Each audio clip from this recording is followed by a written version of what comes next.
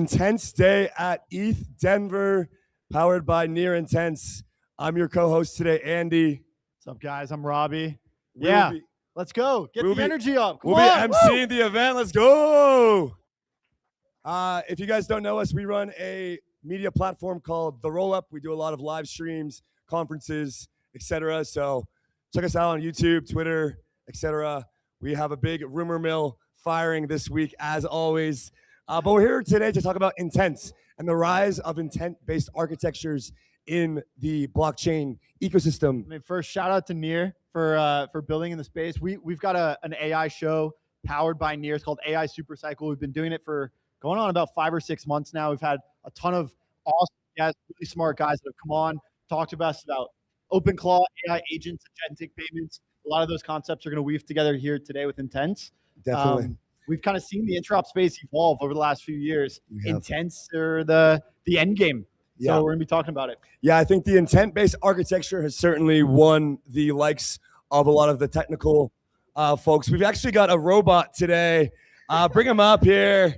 Yeah. He's got boxing gloves. He's got boxing gloves. He's ready to fight. He's got a Near Intense hat on. He's ready to go. Let's go. We're living in the future here in Denver today. It's right here. So don't mess with this guy. He's got the boxing gloves on for a reason. Very soon you're going to be able to pay this guy with intents cross-chain to fight you or your dog or your child or train you in your boxing career. He's not just a boxer. He's a financial advisor. He's your lawyer. He's your doctor. He's everything you want him to be and more. Just befriend. I think for right now, all of us in this room could totally destroy this robot, but I think within 12 months, that might be a different case. He's a little bit short, but he's got the beanie on. He's got the boxing gloves. So we're glad that he's with us here today. He's losing his balance a little bit. He's going to sit down. Guys, we have an awesome first fireside chat. We've got Alex Shevchenko, the pioneer of Near Intents. As we spoke about earlier, intents have really become the primary cross-chain infrastructure for transferring assets and really just unifying the entire space. Alex is an expert in this field and will give us kind of a lay of the land to start off. So guys, without further ado, please welcome up Alex Shevchenko to the stage for the fireside hosted by Robbie. Guys, give him a round of applause.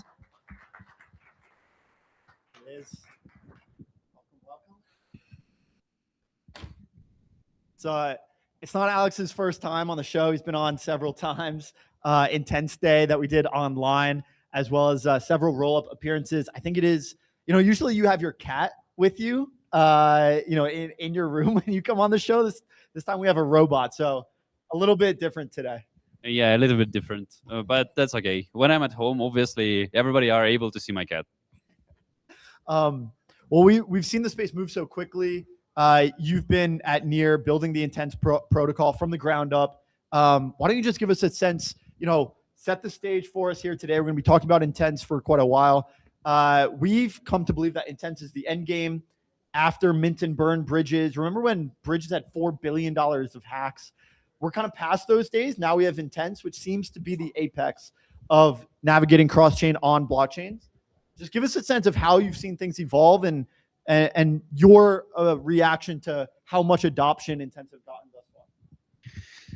So I have been building different solutions in Interop for many, many years. Have seen different versions of use cases that these cross-chain interop solutions are presenting. I would tend to agree with Hasib from Dragonfly, who was talking with you guys, and he was saying this thing that people want to have the actual asset. If I would like to own Bitcoin, I don't want to own CB, BTC, WBTC, or whatever Solana version of Bitcoin that is there. I would like to have the actual asset. Why? Just because if I'm storing it for a long period of time, I don't want to get exposed to the risk of whoever wraps it, because who knows what is going to happen with this provider, right?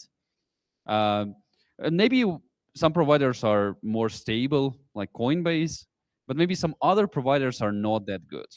So if I'm storing assets, especially spot assets, for a longer period of time, I want to have the actual exposure to the assets.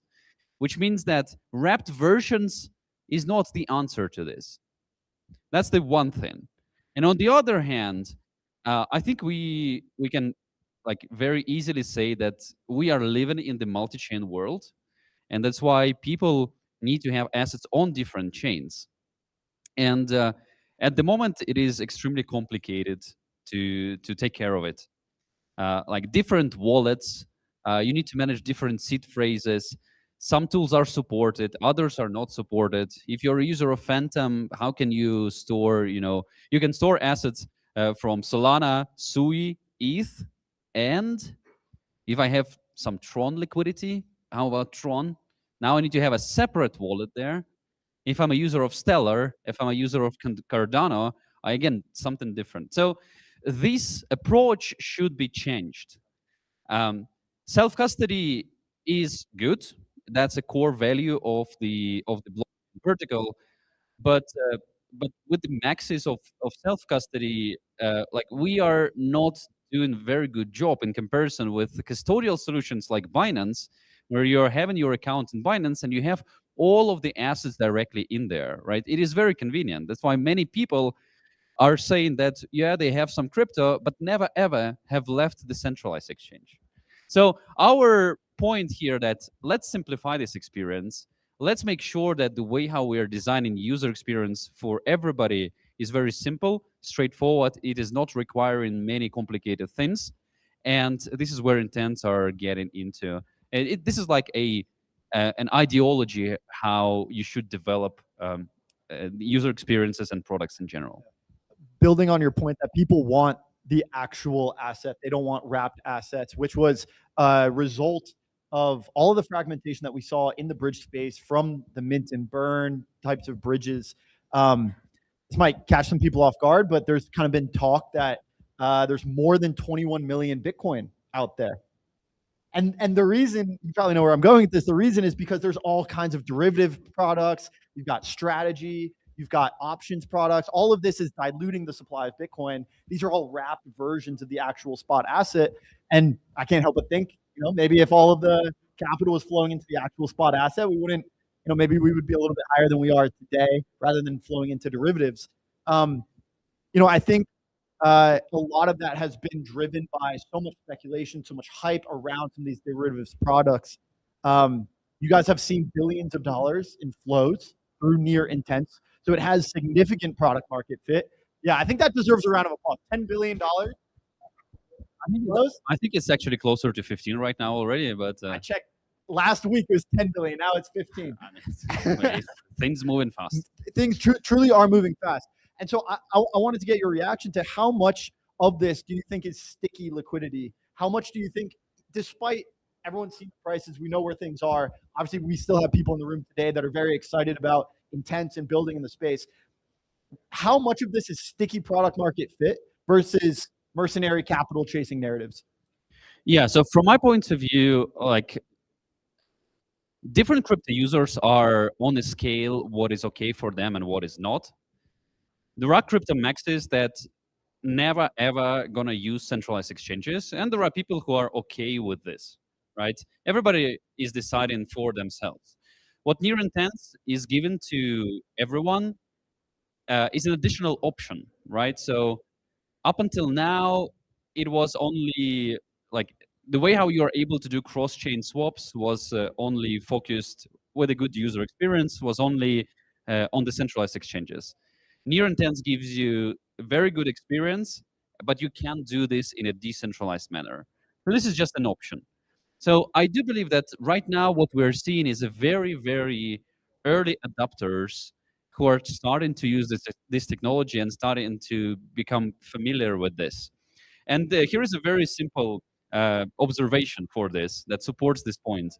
The global cross-chain market for the decentralized solutions, many of which are more centralized than Near Intents, this market is approximately 200 to 500 millions in volume per day.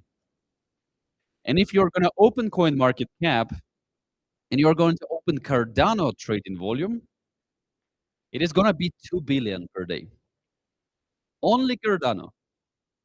which means that this volume mostly is served by the centralized entities. So imagine what is the volume for Bitcoin, for Stellar, for many other things. Where is this volume happening? And the answer is mainly on the centralized venues, right? So if decentralized solutions can match user experience of Binance, if we are able to create a Binance 2.0 that is like easily usable for everyone, when people are not gonna contemplate about thinking about gas, thinking about nonsense, stuck transactions, different wallets, when we're gonna remove all of these barriers, I think we're gonna to see the rise of people who are moving from the centralized exchanges to the decentralized solutions in order to manage and balance their risks that these two solutions are providing. So I think we are very, very early within this, and kind of like it is sexist game to lose, because like you cannot go down from 500 billion in comparison with Cardano trading volume, right? So it means that this thing is only going to go up. There is a Binance 2.0, and its name is Hyperliquid. And we're seeing no, not a Hyperliquid bull. No. It's the name of Binance 2.0 is Near Intense, right? So Yes. Okay. So I think,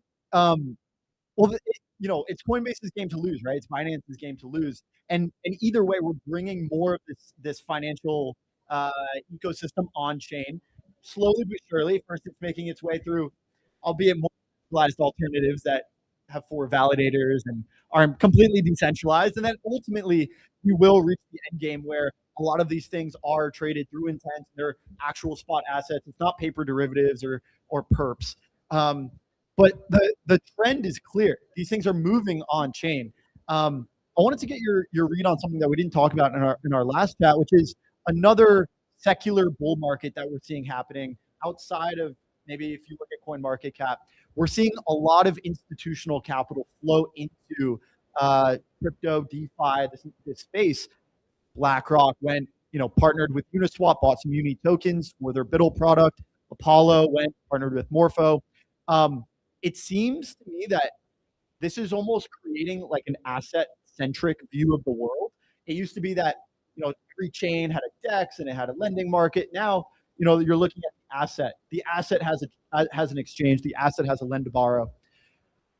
When we're moving and creating more of this institutionalized DeFi ecosystem on chain, how much do you think we're creating these silos, this permission DeFi ecosystem versus another narrative that we're hearing a lot about today has been synchronous composability, which I think Intense plays a much closer role into rather than creating these silos. I'm just curious from your perspective, being, on the ground building this, how do we overcome some of the permissioned aspects?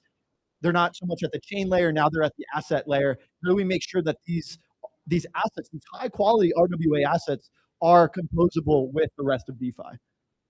okay, give me just 1 minute before we are going to go into the composability question.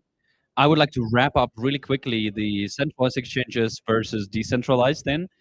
I would like everybody to understand me correctly. I'm not against centralized exchanges. If you would take a look at, for example, at FTX, from one side you can say, "Oh my God, this is scam. Like, this is really, really bad." From the other standpoint, the guy went to prison, which means that the liabilities were converted into the punishment. What happened with the multi-chain bridge? Who is the founder? Where is this person? The attack was 180 million, right? And these are lost funds. So from that standpoint, what I want to say is that decentralized solutions just provide different set of risks and different set of exposure. And through having different solutions, now people are finally will be able to manage these risks. And this is an important thing. So I would like everybody to understand this, right? We are not against centralized solutions. We're just an alternative to them. They like to say if FTX was on chain, it would have never happened. Well, potentially.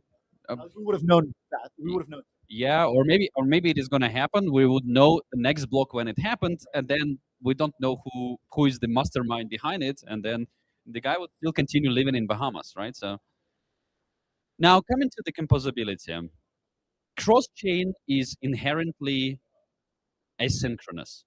Like blocks are generated on Ethereum at the speed of 12 seconds, once per 12 seconds. The blocks are generated on Near with the speed of once per zero 0.6 seconds. Like we cannot composably combine these things. But I can tell to everybody, especially to the blockchain developers, hey guys, we're living in general in the asynchronous world. Visa is not working synchronously. Swift is not working synchronously. Revolut, Robinhood, and many other applications, including all of the financial applications, they are working on top of the asynchronous world. And we, as the blockchain developers, we need to grow up and figure it out.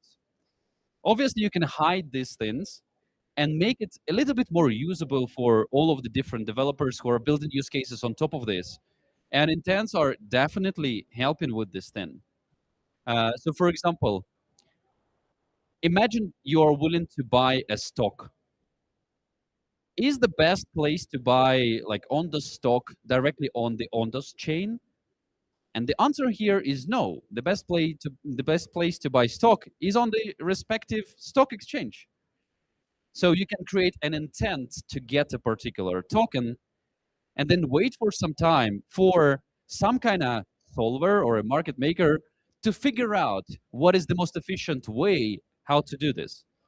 And in this case, this market maker is going to go to the stock exchange, purchase at the most efficient, the deepest liquidity market, this stock, then it will take it, go to Onda, tokenize it, and deliver straight to your wallet. And from the standpoint of the user, this is exactly what he wants to do. He wants to get just this token for this particular stock, and he doesn't need to think about all of these complexities that are behind the thing. He doesn't need to go to a Uniswap clone that is working on the Ondas blockchain to purchase this within the slippage, blah blah blah, all of the different things. Let the system figure it out. You also don't, when you're working with your brokers, you also don't know how actually the stock exchanges are working. What is the APIs there and stuff like that. This is a natural thing. You are specifying what you would like to get, and then something is getting executed. So yes, intents are brilliant things closer to this composability, but the composability from the standpoint of the like Ethereum as a synchronous execution of transactions, well, this probably is not going to happen anytime soon, and up until like the world is going to be eaten by Solana working on the mainframes, and hopefully this is not going to happen. But even if this happens, Near Intents already integrated Solana, so if you want to trade Solana tokens, you can do it directly on Near Intents. I think it's more likely our robot friend eats the world before Solana. That's my last question, Alex, is like, what do we do when these things are ubiquitous? What kind of property rights should this robot have? Like, how do we incorporate? Oh, he's turning around. He hears us. He's listening, right? Because this one's for him. How do we bring humanoid robots into intent? Like, what role does AI and robotics play in intent? Yeah, so this is a very, very good question. I do believe that we are at this stage of the fight for the agentic commerce in between the centralized, the fight, in between the traditional world systems and blockchain. I do believe that the most straightforward and the greatest application of blockchain for the AI is actually enable financial rates, so like agentic finance, right? And the reason for this is very simple. This guy would never ever pass the KYC of Binance. But this guy, somewhere inside, can have a small chip where there is his private key. Actually, all of our mobile phones already have a chip with different private keys. And that's great. You even don't need to have a ledger for it. So it is very easy to have a key, which means that onboarding this guy to the blockchain and let him transact when he wants to do this is a straightforward and very simple way. And I do believe that crypto and blockchain technology is very, very ahead of traditional finance here. And enabling agentic commerce is one of the primarily use cases that crypto can fight for with Wall Street. That said, we're much smaller than Wall Street, and they are going to fight back to us very, very hard. However, building more open world, banking the unbanked, giving more opportunity for everybody on Earth, including guys like him, is a proper way to do. I think that this is more justifiable future. This is a better version of the future that I would like to live in. And that's why I do believe that, especially for agentic commerce, everything that we're building is a straightforward and a very important application. We have quite a lot of features that are in development. Some of them are going to be announced just next week on NearCon. I'm inviting everybody to come to NearCon in SF, Monday and Tuesday next week. So some of them are going to be announced, but there are even more and more of these on this intersection of AI and intents. And the important piece here is that your financial data is extremely private, right? So we're getting into the privacy here.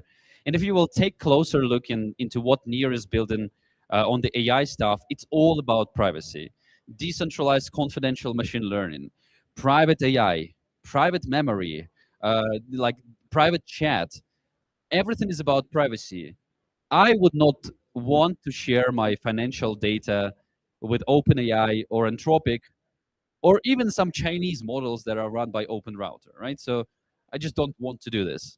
That's why I want this to be private, and Near is building the infrastructure with Near AI that is going to be directly applicable to advanced financial use cases that Near Intents started off. Incredible. Well, look at the time. Near Intents just crossed 20 billion. So, Alex, thank you so much, man. It was always a pleasure. Missed your cat, but this time we got the robot. Yeah, give it up. This is Alex Shevchenko. Thanks, everybody. Have a good day.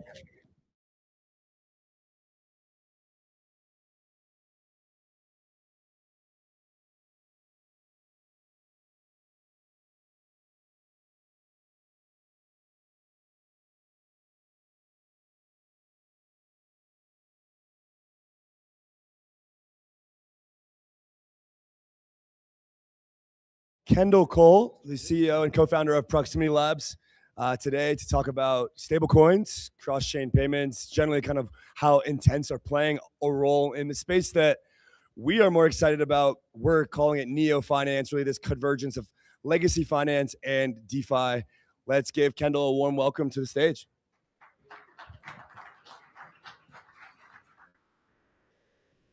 Great to be here. Thanks How are you, buddy? Thanks for setting this up. Yeah, man. Stablecoins, huh? Stablecoins. It's about the only thing in crypto that has a positive perception these days, isn't it? Yeah, I think weirdly that does seem to be the case. Yeah, well, what's going on here? Well, you guys have just recently launched a stablecoin kind of transfer protocol. But before we get into that, maybe just give us a bit of a lay of the land from your perspective as to the evolution of Proximity Labs, your company, as well as just generally how you guys have looked at the space at large and kind of the core trends that you guys are seeing now, investing in and betting your kind of company on. Yeah, great question. I mean, so we've been contributors to the Near ecosystem for the entirety of our existence. As you know, anyone who's been following Near's journey knows, basically there's been a lot of exploration that's happened over the years. And you know, I think as this name of this event kind of entails, like definitely one of the areas that we are super excited about is Near Intents and what that's offering. And that started with mainly, you know, cross-chain swaps and basically unlocking these gigantic pockets of liquidity that existed in ecosystems like Zcash and Ripple and Stellar and others. But now actually we've, you know, expanded to just trying to support basically bring liquidity to all of the different assets that people are excited about and people are interested in getting exposure to. And as you kind of kicked it off with, like stablecoins is like one of the key areas there.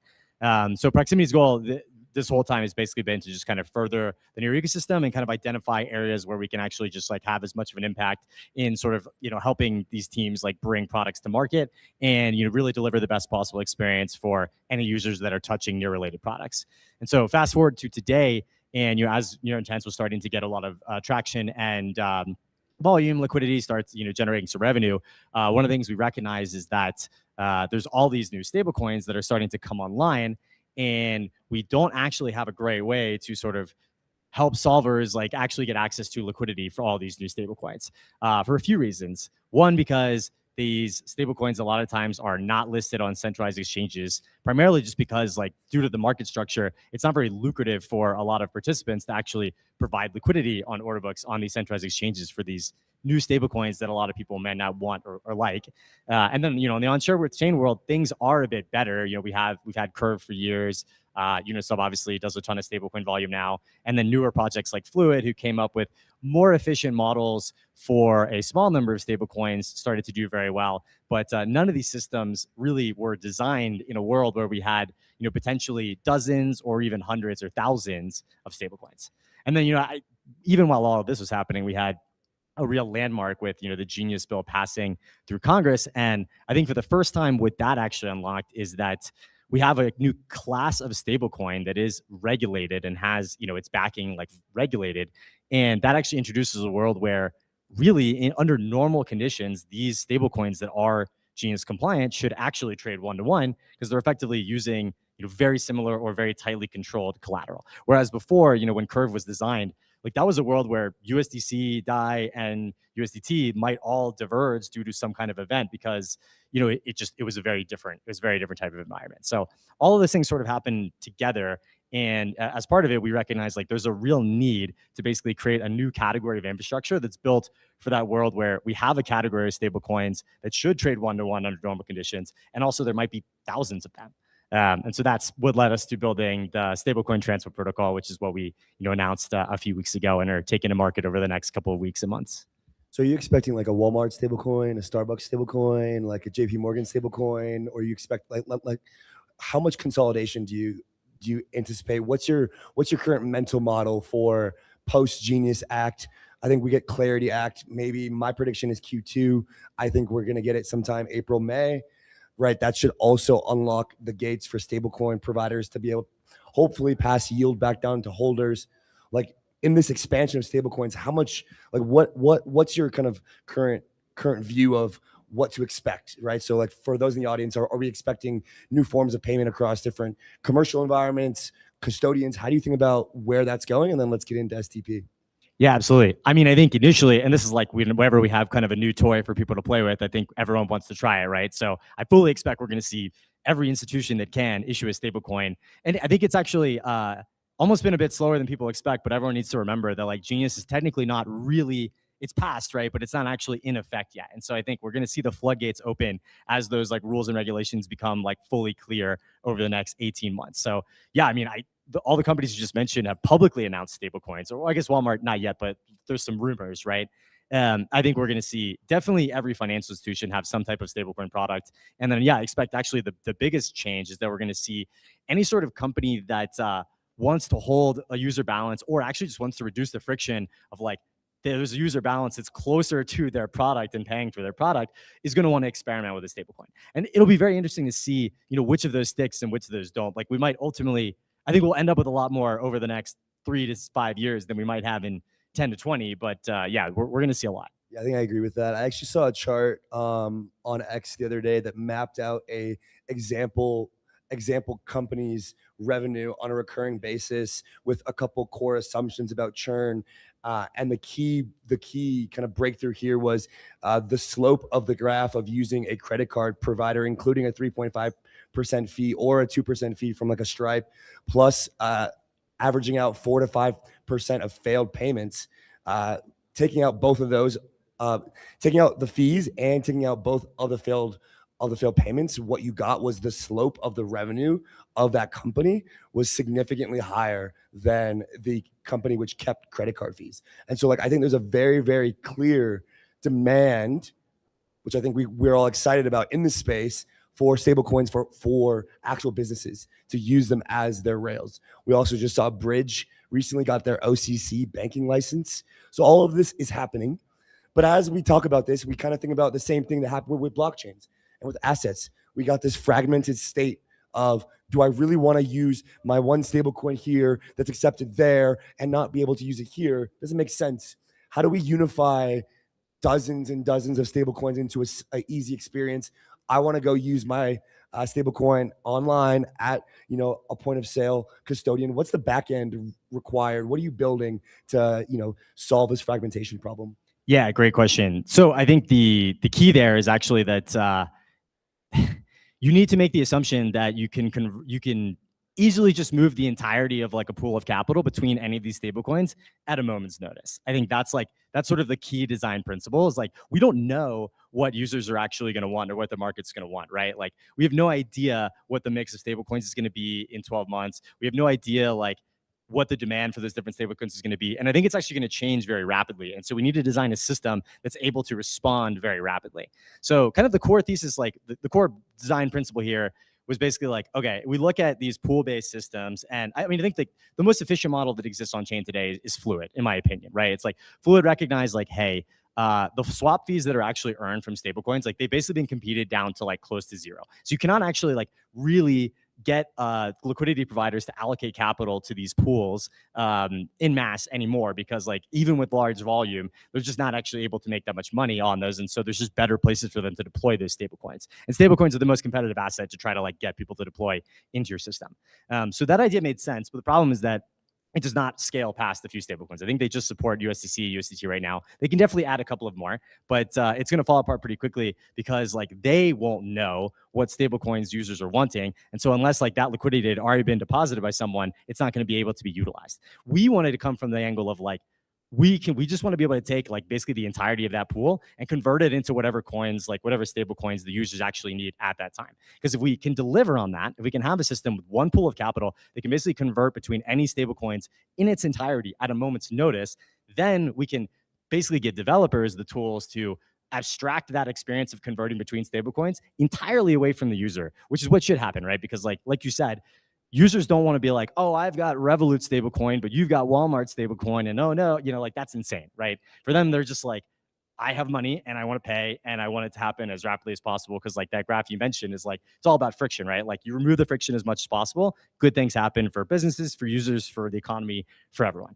So yeah, I mean, the core of SDP is basically that. It's like, we have one pool of capital, and that pool of capital can actually be used in its entirety to be converted into initially any of the Genius compliant stablecoins. And the reason that piece is important, Genius compliant, is like, the system assumes under most conditions that it's going to treat all of the stablecoins that are effectively whitelisted as one-to-one redeemable, right? So the lenders who are like depositing liquidity into this pool, like they need to be comfortable with that fact as well, right? And the reason we think they'll be comfortable with it is because we do now have this regulation that like actually should lead to those conditions being true. And like, we'll need to have some kind of backstops for like really crazy scenarios that could happen with like the treasury bull market or something like that. But under normal conditions, like, this should actually work. So that's the core of it, is one pool of capital that can be converted into these different stablecoins. And then the second piece is, and this is where like near intent is a core part of kind of the design, is in order for that to be true, this means that solvers need to be able to ideally borrow the majority of that pool of capital also at a moment's notice. But they should only be able to do so if they have like a committed order from a user that they're fulfilling. And so like it effectively acts as though the collateral of the solver is the fact that they're running a specific set of solver code, which we verify using the T infrastructure that the New York system has been building over the last 2 years or so. And then they also need to present basically a signed order from a user. And so they can show like, I'm actually going to convert this capital for a specific reason into this new stablecoin, fill the order. You can see that like there's going to be some profit here that then ultimately makes its way back to the lenders. And so like the TLDR and the cool part of the system is it can support any number of stablecoins. As long as the solvers are able to get access to the issuers, which is becoming better and better. Like, these issuers now actually have pretty good products for basically minting and redeeming stablecoins. Then we're going to be able to do this. The initial version of it is going to rely pretty heavily on a couple of centralized exchanges like Binance that have good liquidity for USDC, USDT. But we already have identified some venues for these market makers and solvers. They're going to be able to onboard so that they can actually access like all of the stable coins that users will want to get access to. So, okay, so and then as far as your kind of business logic here, there should be very low slippage for stablecoin to stablecoin swaps within that pool. You should effectively be able to get one-to-one for all Genius compliant stablecoins. And we have a mental model that there's kind of two types now. There's Genius compliant, and there's effectively yield bearing, kind of more. That could be algorithmic stablecoins. It could be ETH-backed stablecoins. It could be kind of like a mix of, private credit, long-dated treasuries, short-dated treasuries, a money market fund, kind of a whole kind of crock pot.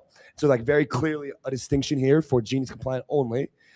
And then you guys can do, I think, 1 to 3 bips is your fee on a swap from 1 mil to 10 mil. And that's kind of like the business logic here.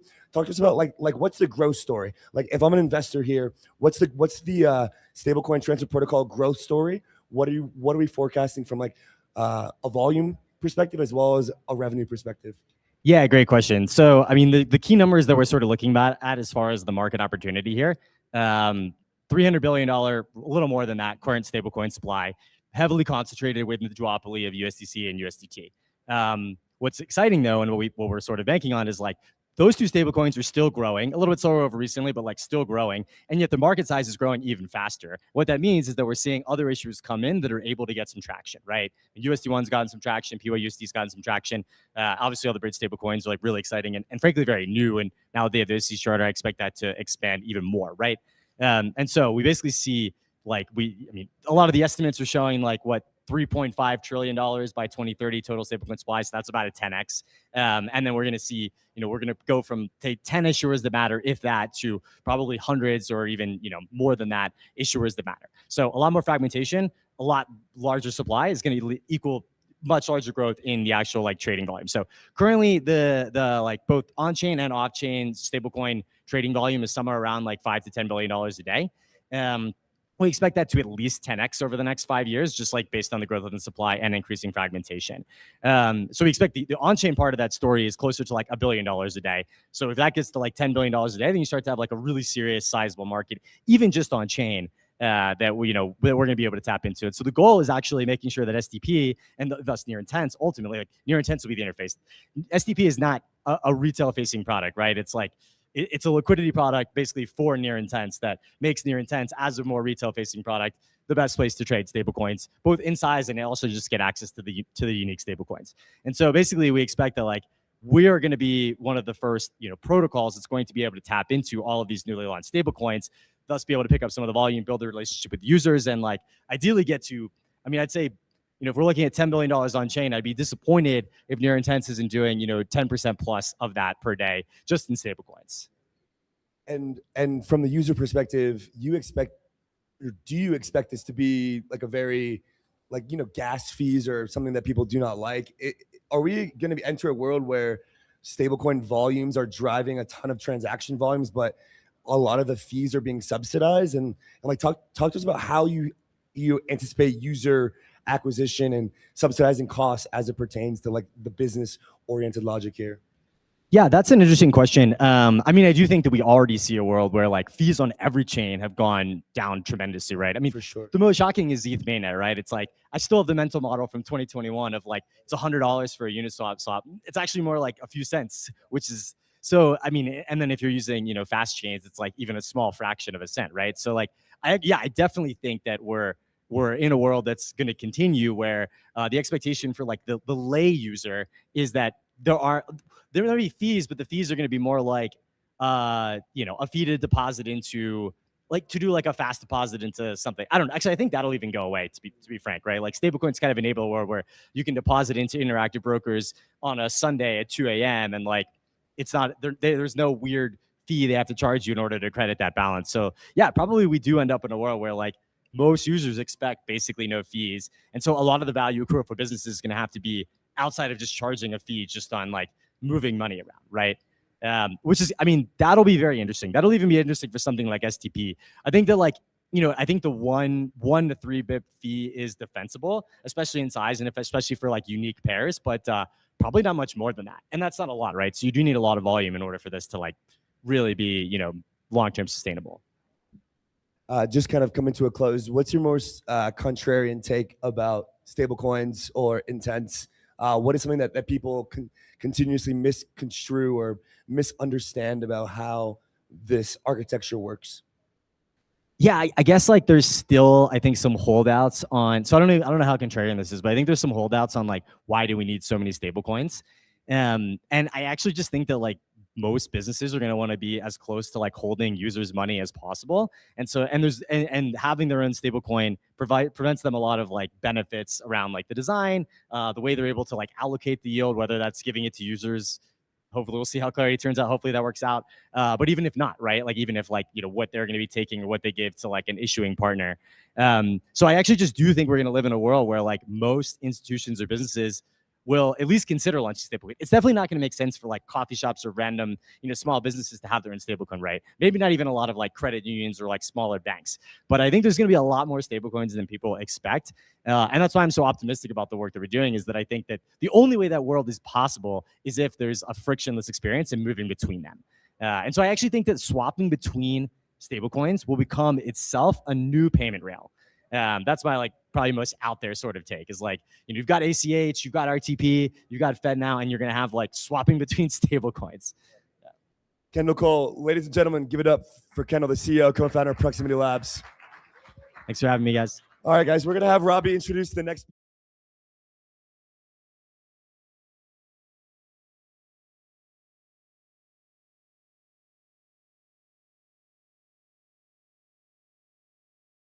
Going.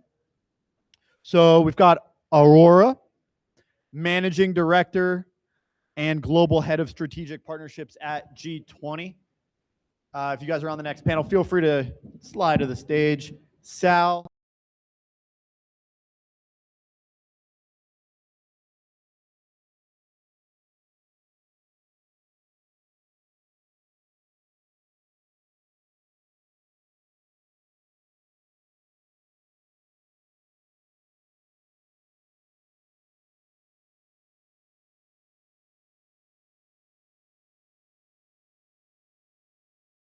Welcome to Denver and Intense Day.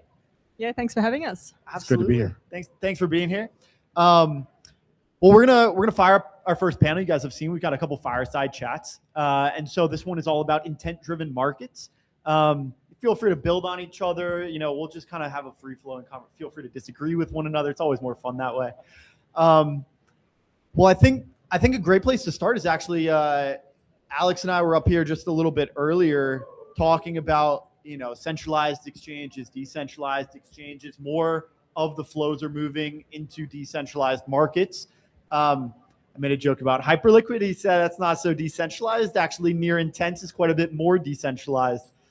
I'm curious how you guys are seeing the centralized exchange environment either grow or start to contract given the rise of Hyperliquid and more decentralized venues, and generally how you're seeing this topography landscape, maybe how it's evolved over the last few months. Maybe Sal, we'll start with you, and you know we'll come back down the line. Sure. I think you know there's a use case for centralized exchanges, and there's a use case and a user group for decentralized exchanges, and obviously there's becoming a use case now for Intents to be moving into the DeFi world too as well. I think from an intent standpoint, you're trying to combine the best of both worlds. In the DeFi aggregated world, you still see a lot of failed transactions. You see a lot of payment for gas fees, and the intents really eliminate a lot of that, which gives you that more assurity in the centralized institutional experience. So there's kind of a hybrid bridging to that effect. And so I think, you know, there's a big use case. There's a big landscape of people out there. There's the retail components. There are the early adopters. There's the more traditional conservative institutional players that want a regulatory landscape. So there's markets for each of them. And eventually we'll get to this regulatory clarity, and there'll be, I think, a hybrid of everything in essence. Yeah, I'd like to sort of add to that. I think sort of one of the challenges obviously has been on the DeFi side where do you have that auditability and to be able to trace everything. And there's kind of going to be sort of some sort of guardrails, I think, to get to mass adoption. I think that's sort of a bit of the challenge at the moment. I definitely see some consolidation on the centralized exchange side though. Sal, what are you seeing out there? Yeah, I mean, this kind of plays into like the last 3 to 4 weeks, like the peak sentiment and events around what's happened with OpenClaw. And kind of like where we see this going on a kind of accelerated pace now is agentic commerce. And agents can't KYC on centralized exchanges. And generally speaking, you can't operate a centralized exchange in 2026 without KYC and AML programs in place. And so, you know, like the flow and the dynamics that you've seen in the shift from CeFi to DeFi to date has really been this organic adoption curve of retail and institutions over the past 2 years, starting to engage in DeFi more meaningfully, as I think you were talking about with Alex earlier today with Apollo and BlackRock. But as we move forward, it's like if you imagine a world where each of us are operating on top of multiple agents that sit behind us, they're not going to be transacting in a centralized context. And so I think we've hit this kind of tipping point towards the adoption curve, which the next 3 years will be defined by. And in that world, volume and flows and interactions in the DeFi context are going to be the basis and surface through which agents operate and interact. So I think this just continues and candidly accelerates much faster. Guys, I know Sal works closely with the Near team and has been exposed to AI, agentic commerce, kind of, and how it's progressing. But I'm curious in your capacity at G20, and then how you guys are seeing this evolve. Is this something that institutions and capital partners are really starting to wrap their head around? Are they just kind of dipping their toes in the water? How are you seeing institutions come into this agentic commerce space? How seriously are they taking it at this point? Yeah, I mean, the problem is they've got a lot of legacy systems at the traditional institutions. They're all have a bit of FOMO, quite frankly, and trying to look at ways that they can integrate some of these agents and external providers into their existing parameters and guardrails. It's a bit of a work in progress, but they're all looking at it. I mean, internally at Blockdaemon, we're absorbing a ton of AI, not just from a trading perspective, but just from efficiency perspective, right? In all aspects of our business. I kind of view the whole Intents and agentic and capability and AI capability of kind of like back in the day, because I'm old enough to remember when an order went to an institutional trading desk and it would be, hey, I got to sell or buy 1 million of Amazon. I want to do it in this price range. I need to get it done in this particular time frame. I need to do it in these particular chunks because I don't want to move the markets. And oh, by the way, that million's not all going to you. It's going to about 5 other institutional trading desks.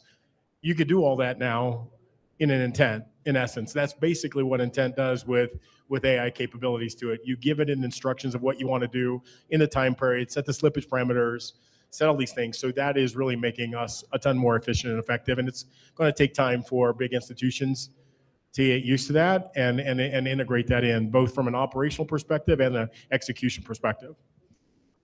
One comment to add on that, if I can, so I totally agree with your point in terms of where enterprise stands in fully autonomous agent interactions. It's part of the reason why, outside the scope of this panel, Near recently launched Ironclaw, which provides some of the permissions and systems around confidentiality and verifiability that put controls around what's going on with things like OpenClaw. But on the intent side, I think there is a familiarity and degree of understanding and experience around what that type of interaction looks like and the friction that is solved for by intent expression and fulfillment in a solver system. And we are driving part of the go-to-market motion alongside a number of the folks at Diffuse Labs and on the Near Foundation side in the institutional adoption curve of Near Intents right now. And there is real traction, and I expect that the 12 billion or 15 billion Alex pointed to scales materially as we bring on the OMS, EMS landscape and some of the kind of SaaS and qualified custodian players into the Near Intents ecosystem. So I agree on the agent point, but on the adoption curve for Near Intents, specifically in institutions, it's happening right now. Yeah. Yeah, and I think with the intents, if there's also sort of certain guardrails in place, so whether that's restricted venues, settlement layers, yes. There's clear sort of parameters on what the intents can do within certain institutions, and that's where I think you'll get a lot more greater adoption. You're spot on. From an institution perspective, I hate to say it, but you're going to have to need the AML, KYC. Firms are going to have to be whitelisted because they're going to want to trade and make sure the solvers have the liquidity necessary to solve the problem, in essence. But they're all going to have to be vetted for an institution to be adopted. So there are going to be these major guardrails for the institutions and regulatory clarity for them to come in. I think most of the traffic that we're seeing today is early adopters on the retail side for the most part. the institutions, as it pertains to intents and AI, are implementing it, but they'll come later on the trading side. It feels like the technology has largely been solved. We can always get better on throughput and efficiency and these sorts of things. A lot of the innovation now happens at the regulatory level. This integration with BlackRock and Uniswap it needed securitized in the middle to make sure that it had a permissioned carve out. Would you guys agree regulatory innovation is maybe one of the most pertinent areas of focus here, or are there bigger blockers that we should be focusing on? I think it's certainly a key bottleneck, and also cross jurisdiction as well, right? So every region, US kind of sets the benchmark, and once that's clearly defined, then others usually follow suit. But I think when you do get these early adopters, they help sort of frame sometimes the policy and regulatory environment as well. And generally, how does that look on chain? If we're digging a little bit deeper into mechanicalistically the components there, how do we program compliance into an inherently permissionless system? Yeah, so I totally agree with what you're saying on the regulatory innovation side, but the way I look at the existing intents architecture to meet institutional requirements and bring those flows into near intents today, it's largely taking the mosaic of existing AML compliance regulatory expectations, applying them in context of a solver, which is then KYB'd by the institutional counterparty so they know who's actually solving the intents or the network of solvers that they are interacting with. And then at the MPC chain signatures layer, we did a lot of work with an external law firm looking at existing MTL, MSB requirements around how the foundational infrastructure in the context of near intents fits outside of the expectations for these types of rules and regulations, and have gotten very comfortable that we're in a good place running an MPC node ourselves, driving the expansion of chain signatures infrastructure. So I think in order to solve kind of like what do institutions need for compliance to face off and push flow and volume through intents, it's almost less dependent on clarity specifically and more about how do we just apply the right counterparties for them to face off to within this system architecture so that they can get comfortable with their risk and compliance departments. Anything to add? Yeah, look, you're not going to get mass adoption and institutional adoption if you don't have regulatory clarity. Hard stop, in essence. It can be a nice niche thing that we talk about called technology innovation, but everything from the front end UI, UX, to the solvers, to the verification folks, to the other liquidity providers, all have to be AML, KYC'd, and verified.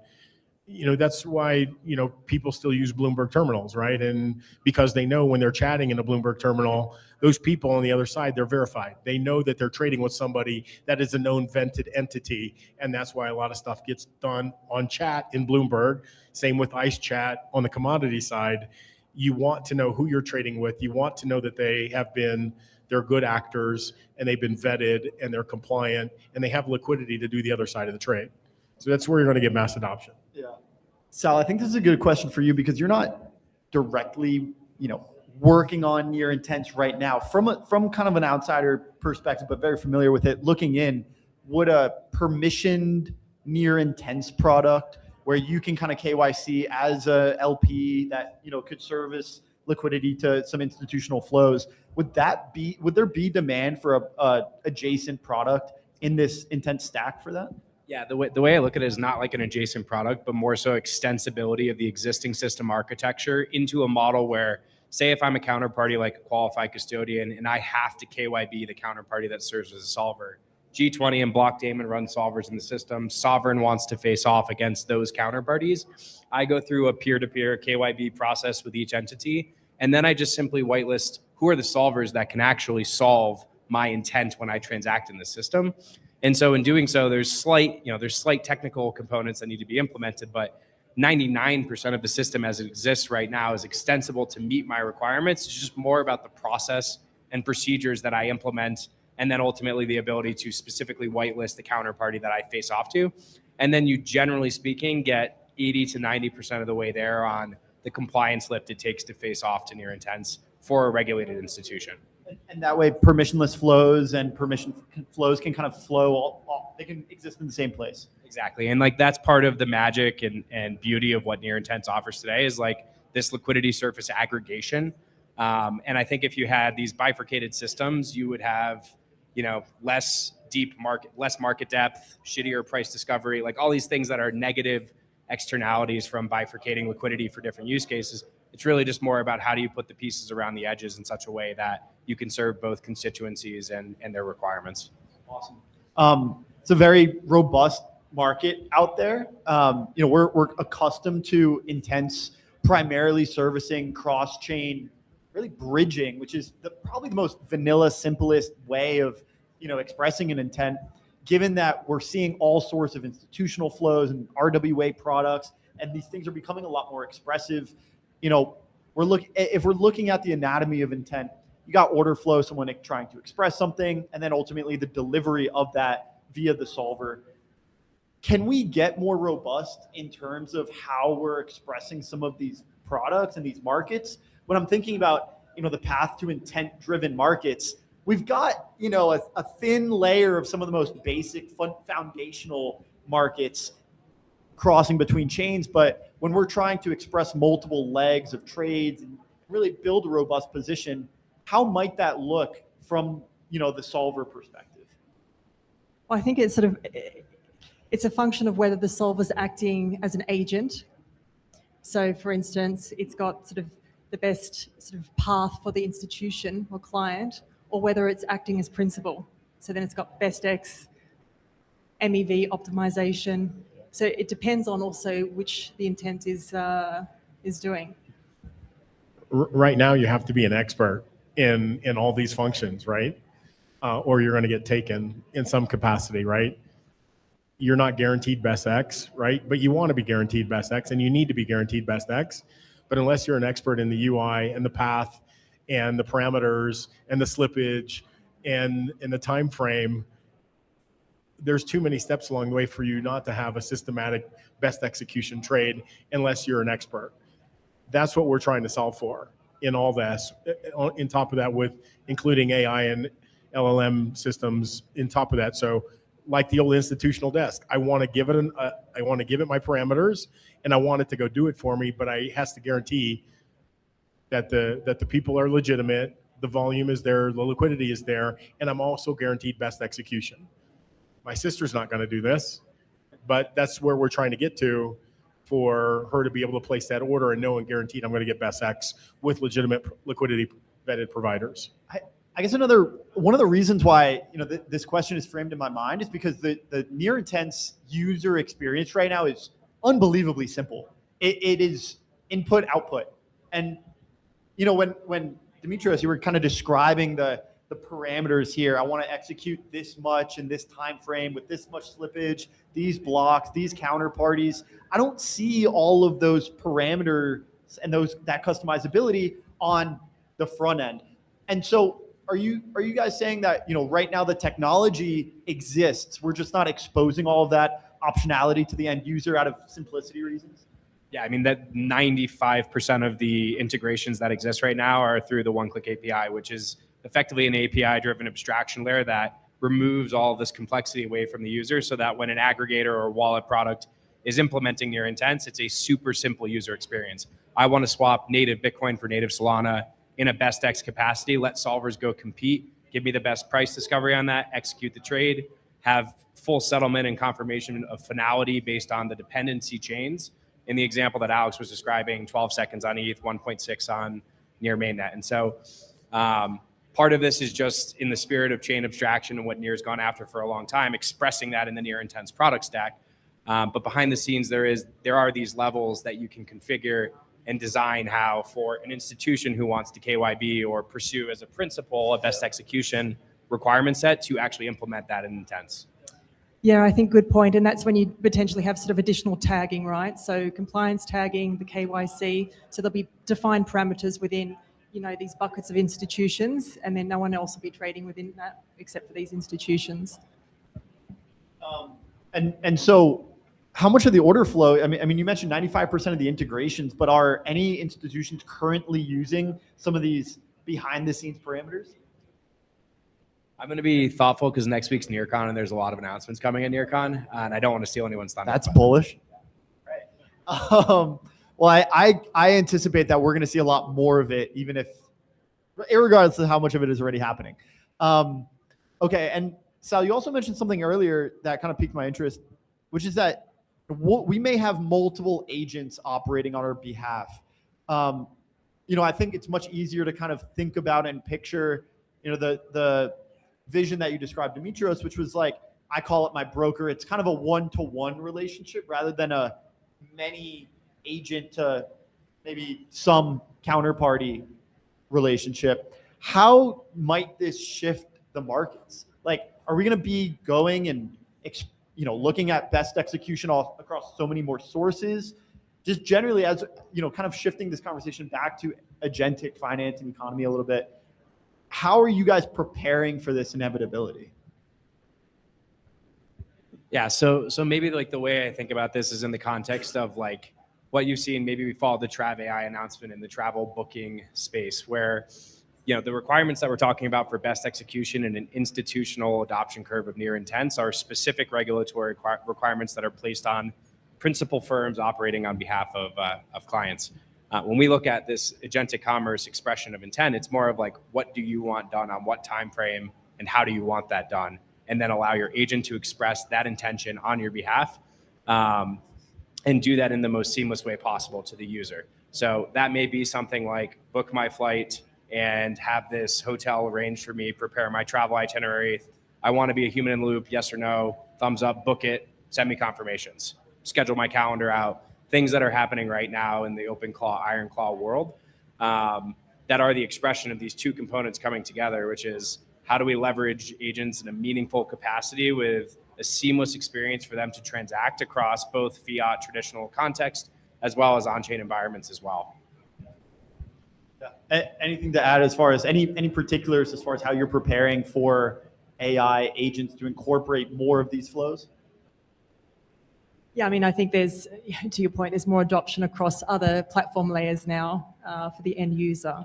So, from bookings to really itemizing the whole schedules now can be done automatically with, a couple of prompts, and then the agent will run everything.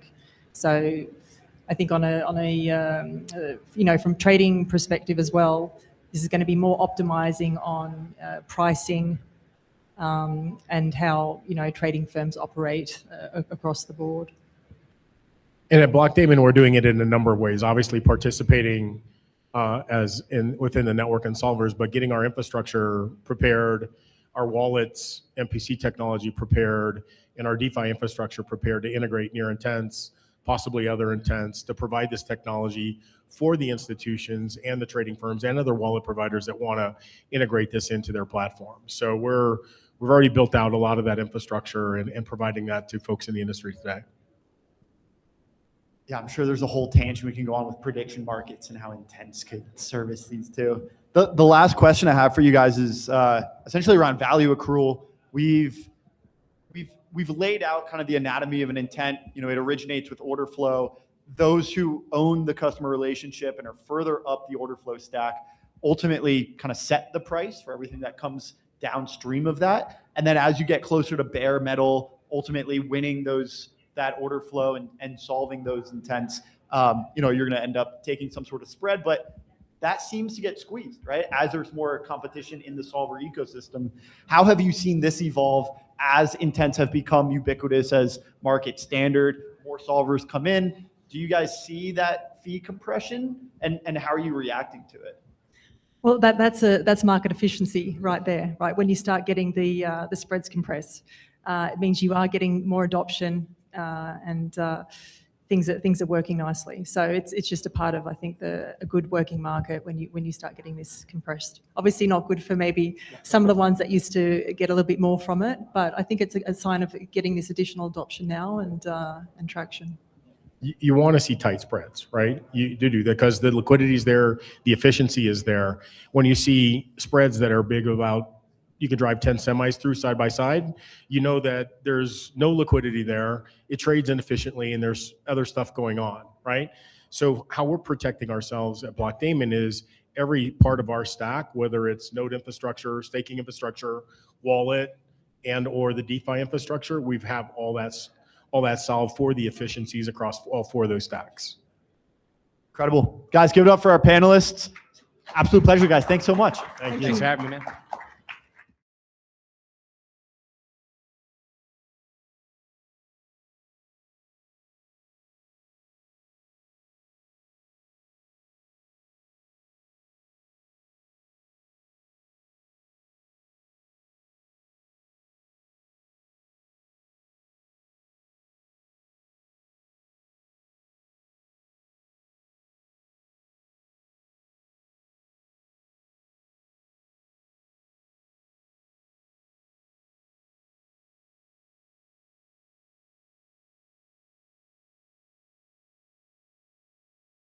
With Cow Swap.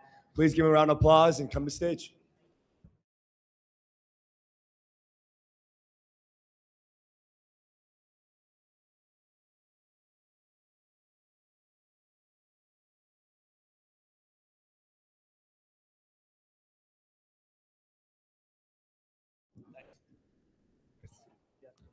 Alrighty, gentlemen, welcome to the stage. Today's panel is called Aggregators, Routing, and the Battle for Best Execution. Super brief intro so far, and any thoughts about ETHDenver this year? Philip. I mean, for me at the conference, always the same hotel lobbies, hotel lobbies, hotel lobbies. So no impression of the conference yet. Yeah, I'm finding side events particularly interesting this year.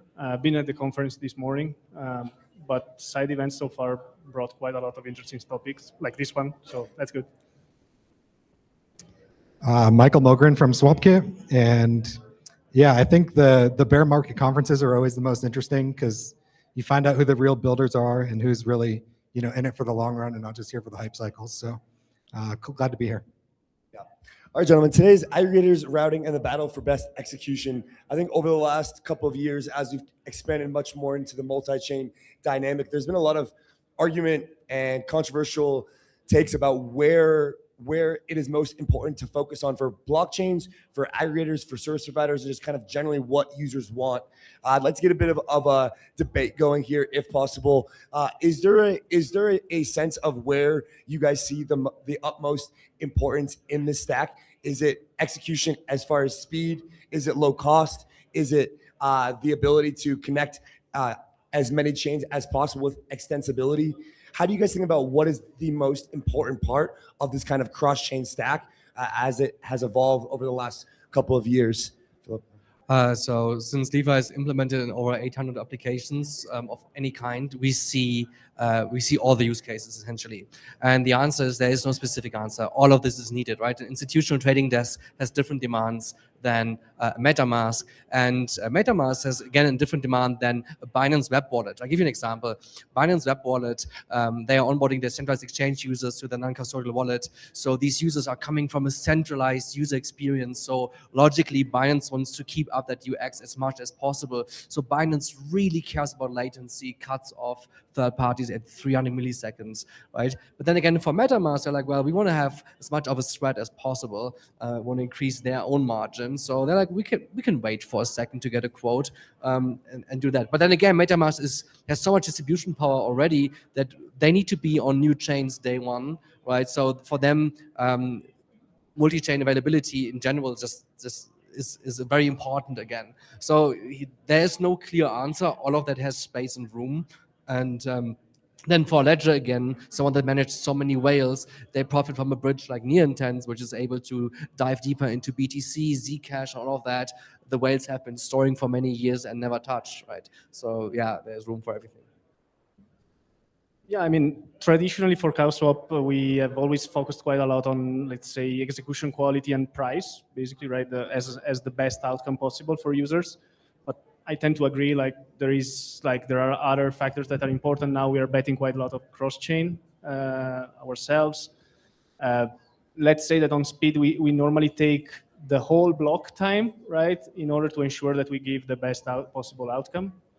But yeah, I think it's every user potentially has its own preference right here. So Yeah, I wish there was one simple answer, but I would say assets, price, speed. And we talk a lot about like chain abstraction or being chain agnostic. We can't really do that if we don't get really creative on the tech stack, because something like Bitcoin is going to have a 10 to 50 minute block times versus other blockchains where you have 10, 12 seconds or faster. And until we can get rid of those problems, I think it's going to be really difficult for us to bite into the centralized exchange volume. And we also have to offer the products that they offer. So we need things like perps, limit orders, all that good stuff. Yeah, so just coming back to you, Michael, when it comes to under an assumption of equal slippage, equal outcome, how much should a user care for trying to swap one asset for another about the actual path versus the outcome? How much do you guys kind of emphasize the path versus just getting the user the actual outcome that they want, and how much should we care? Well, I don't think the user should have to think about it. I don't think they should care, but I think our job building good products is to care about how the technology works and to make sure that it's sufficiently decentralized, that the guardrails are in place so that we're not going to have a black swan event, right? The bigger we grow, we have hundreds of millions in swaps every week going through our protocols. We really can't afford an event where, oh wait, all the swaps in flight disappeared, or this one protocol blew up. So, we really have to be careful about how we build that stuff. But for the user, I think they shouldn't even have to think about it. Philip, you guys are very execution driven to get the best possible price across cross-chain swaps in general, as well as your new Composer product offering more orchestration for more kind of complex transactions. How does this dynamic operate now with regards to intents? How much are you using intents underneath the hood versus more kind of mint and burn bridge or other kind of bridge dynamics? What amount of your transaction volume is powered by intents in general? So in general, when we talk about intents, people like to confuse a few things. So there is the intent flow, which is like the general idea of the user not signing a specific transaction order, or like call data, but just I have the intention to swap A for B. I don't care how that happens. That allows anything underneath, may it be an aggregator, may it be a bridge, or just a swapping interface, to execute transactions more reliably, because they could technically use fallback solutions, retry, whatever. They somehow have to fulfill that intent, and then they can go different ways, right? Like, and with LeFi having aggregated so many solutions, that gives us a lot of freedom to guarantee better transaction delivery, so to say. Then there is intent systems, which are actually marketplaces. They operate by taking an intent, which is essentially just the flow, but then there's a solver marketplace behind. Well, we see lots of protocols have been going that direction. I think Kauso was one of the leaders here from the get-go, one of the earliest people. And actually, Kauso has one of the most active and vibrant solver community. Almost no one else has been able to copy that diversity in solvers. Not a Near, not a Relay, not an Across. They're all running their own centralized stack, filling at least 80% of the requests themselves. So there's an intent flow, but there's not actually a network behind. That being said, we have most of these solutions aggregated. So we take intents and then we pass them on to other intent flow oriented systems. So the majority today is intents. Sorry, complex answer, but yeah.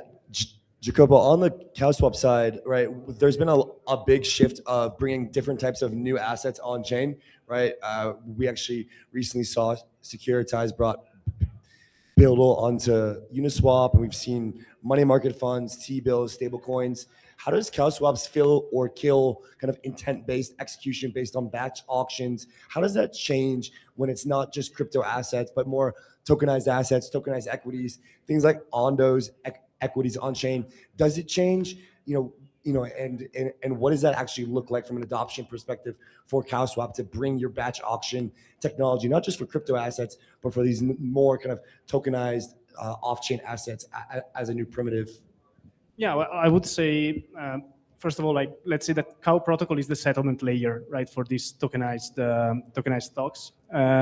The intent-based and the solver competition that we bring is kind of the same in terms of how that works. Let's say that there is an important, difference here, maybe compared also to the typical root-based infrastructure, right? In root-based, you basically decide a specific path that looked the best path possible at quote time. And then what happens is that if after quote time you have things that change, because conditions might change, then the user ends up bearing the execution risk, right? And this is true for any asset that you're trading. With intent-based trading and solver competition, what happens is you're not talking about a specific path. You're just basically saying, okay, I have this intent. I want to do this swap. And in order to do this swap, I want to get a minimum price. And what happens is solvers compete to basically give you this minimum price, right? And so the whole execution risks is shifted from users to solvers, basically, right? And I would say this is true for any type of trading, including tokenized stocks, right? So yeah. Yeah, I mean, we are definitely most interested in kind of this intersection currently with our research, with our content, and we found that there's kind of this ongoing trend, and your ex-lead investor, Mr. Samani, tweeted this, that RWA looping is actually this very, very exciting kind of next stage for on-chain protocols. And a lot of this is going to be with, has to do with what we're talking about now. Curious kind of like how you guys think about, hey, I'm an institution, I want to bring my assets on-chain, I want to bring them into Morpho, I want to loop them, I want to put them onto a different chain, do another set of transactions there, borrow against it, etc. These kind of more complex transactions with non-crypto assets. Again, more of these kind of tokenized off-chain assets. How does this execution and aggregation framework change from your perspective and for your business strategy as it pertains to non-crypto native assets coming on-chain? What does that actually look like from an aggregation execution perspective, right? There's different liquidity dynamics, there's different KYC dynamics, there's different user kind of slippage thing, right? There's a lot of new dynamics implemented here. How do you guys think about this from a first principles perspective as it pertains to execution aggregation? So I think one thing we need at the top is a policy engine. The policy engine would, from the get-go, filter out which kind of liquidity sources is this transaction allowed to tap into, has it to be compliant or not.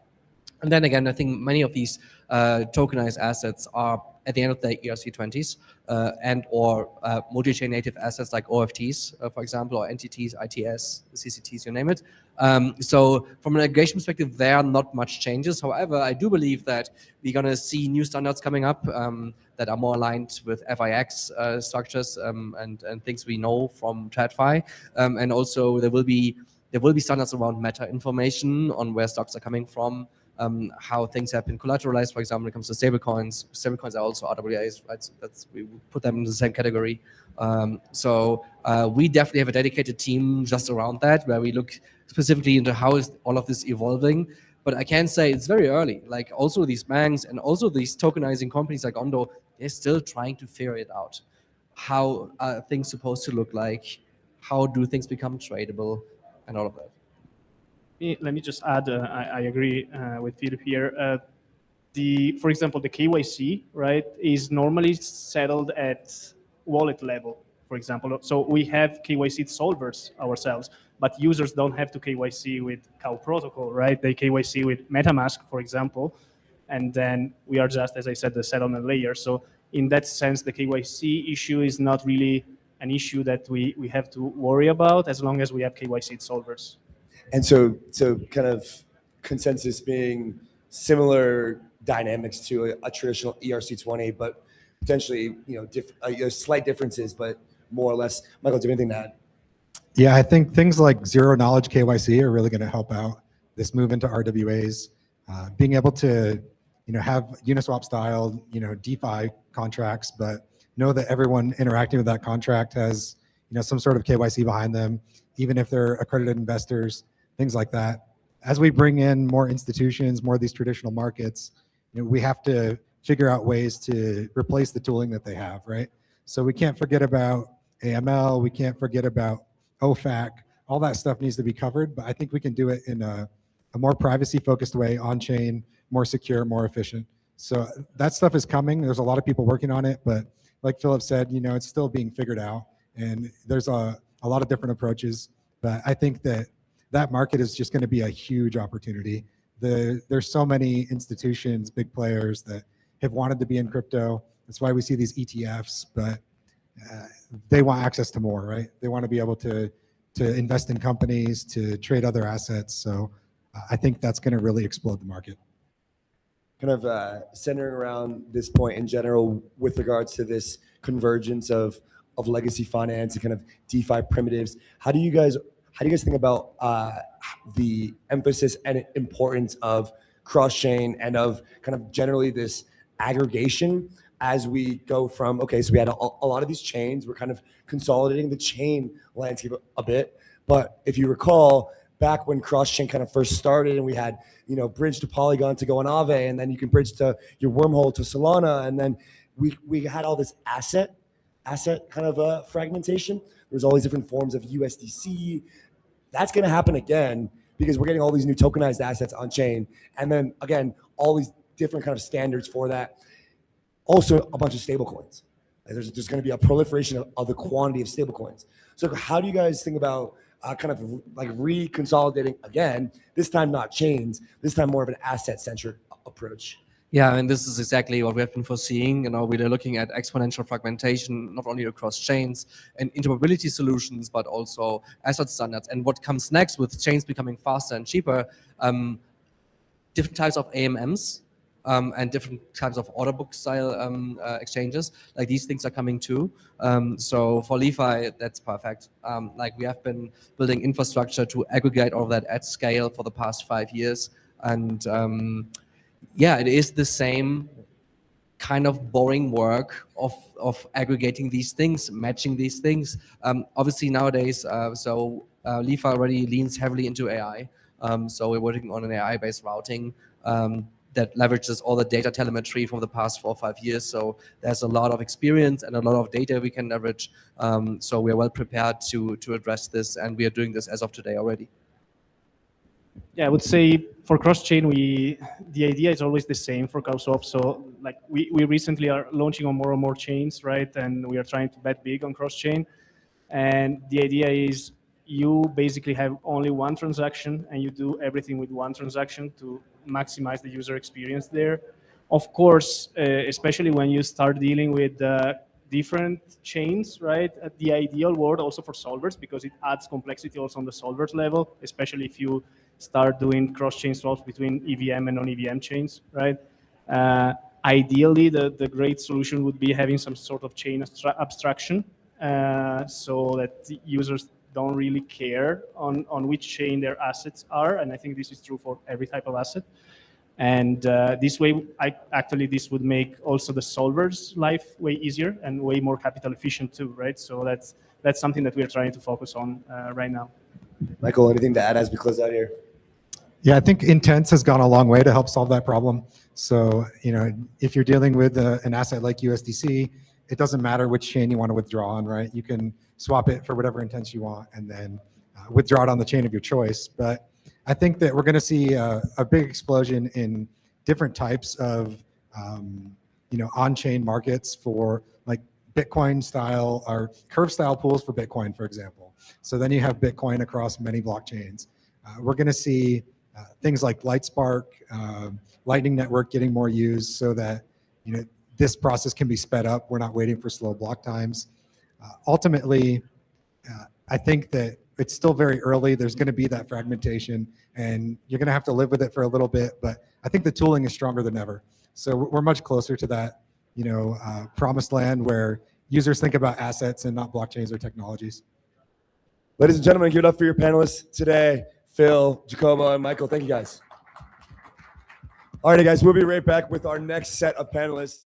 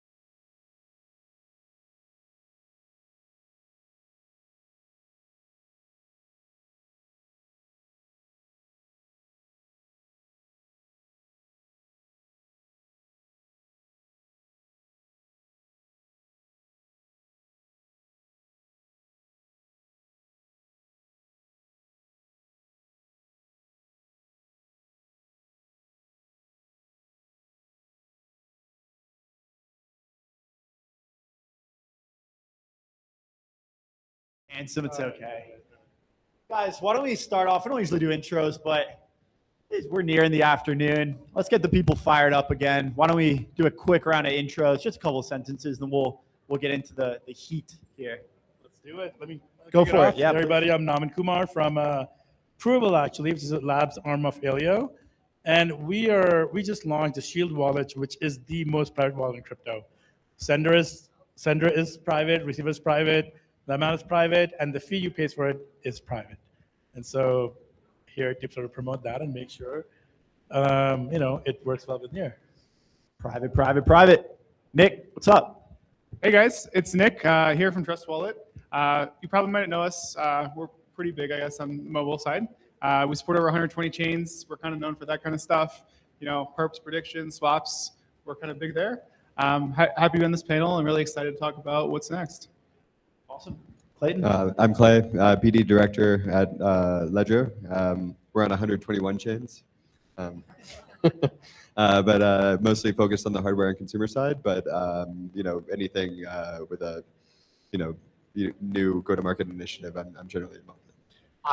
I'm glad I got this panel. I was having a chat with the CIO of Bitwise, Matt Huang, the other day, and we were debating fat protocol thesis, fat application thesis.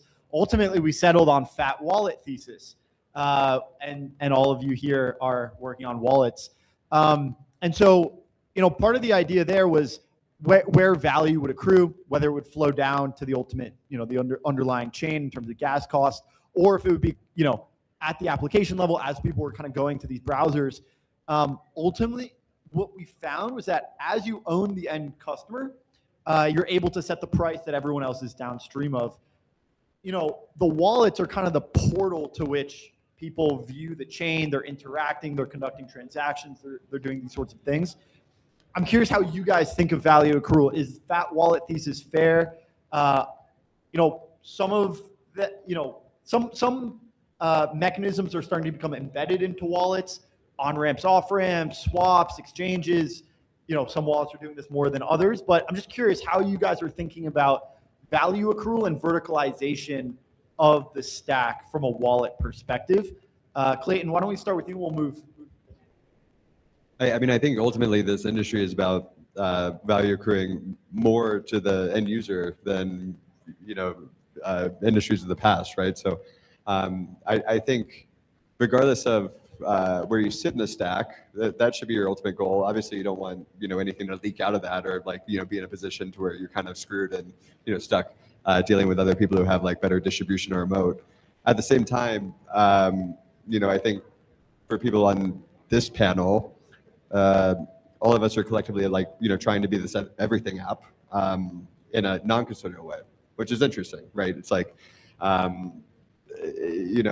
think we're in America. Most people have a Coinbase account. Most people trust Coinbase, but historically, centralized exchanges are still a place where people have gotten screwed over in the past. But really, if you want your product to be a feature complete product, and for us as a hardware wallet, right? It's we think of ourselves as the most secure solution for people to hold their assets, and that's historically what people have used us for. But then eventually, people start to transact, right? And swapping, staking, other functionalities we have embedded in our UIs. But I think for us, we can only be that secure product function if we continue to allow more exotic transactions to exist within the front ends that we run, to be the most secure front end in crypto that offers this non-custodial platform to do all these things, right? But anyone that can have an underlying differentiator in that regard, right? For us, it's security, and then be everything for everyone. I think that's the fat wallet thesis makes a lot of sense.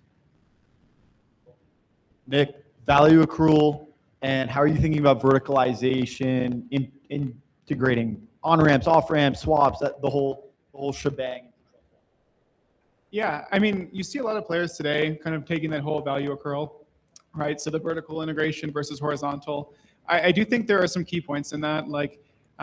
If you look at some other companies, maybe Ripple, for example, that kind of own the entire ecosystem. I don't think that's necessarily the best approach to building a huge user base, right?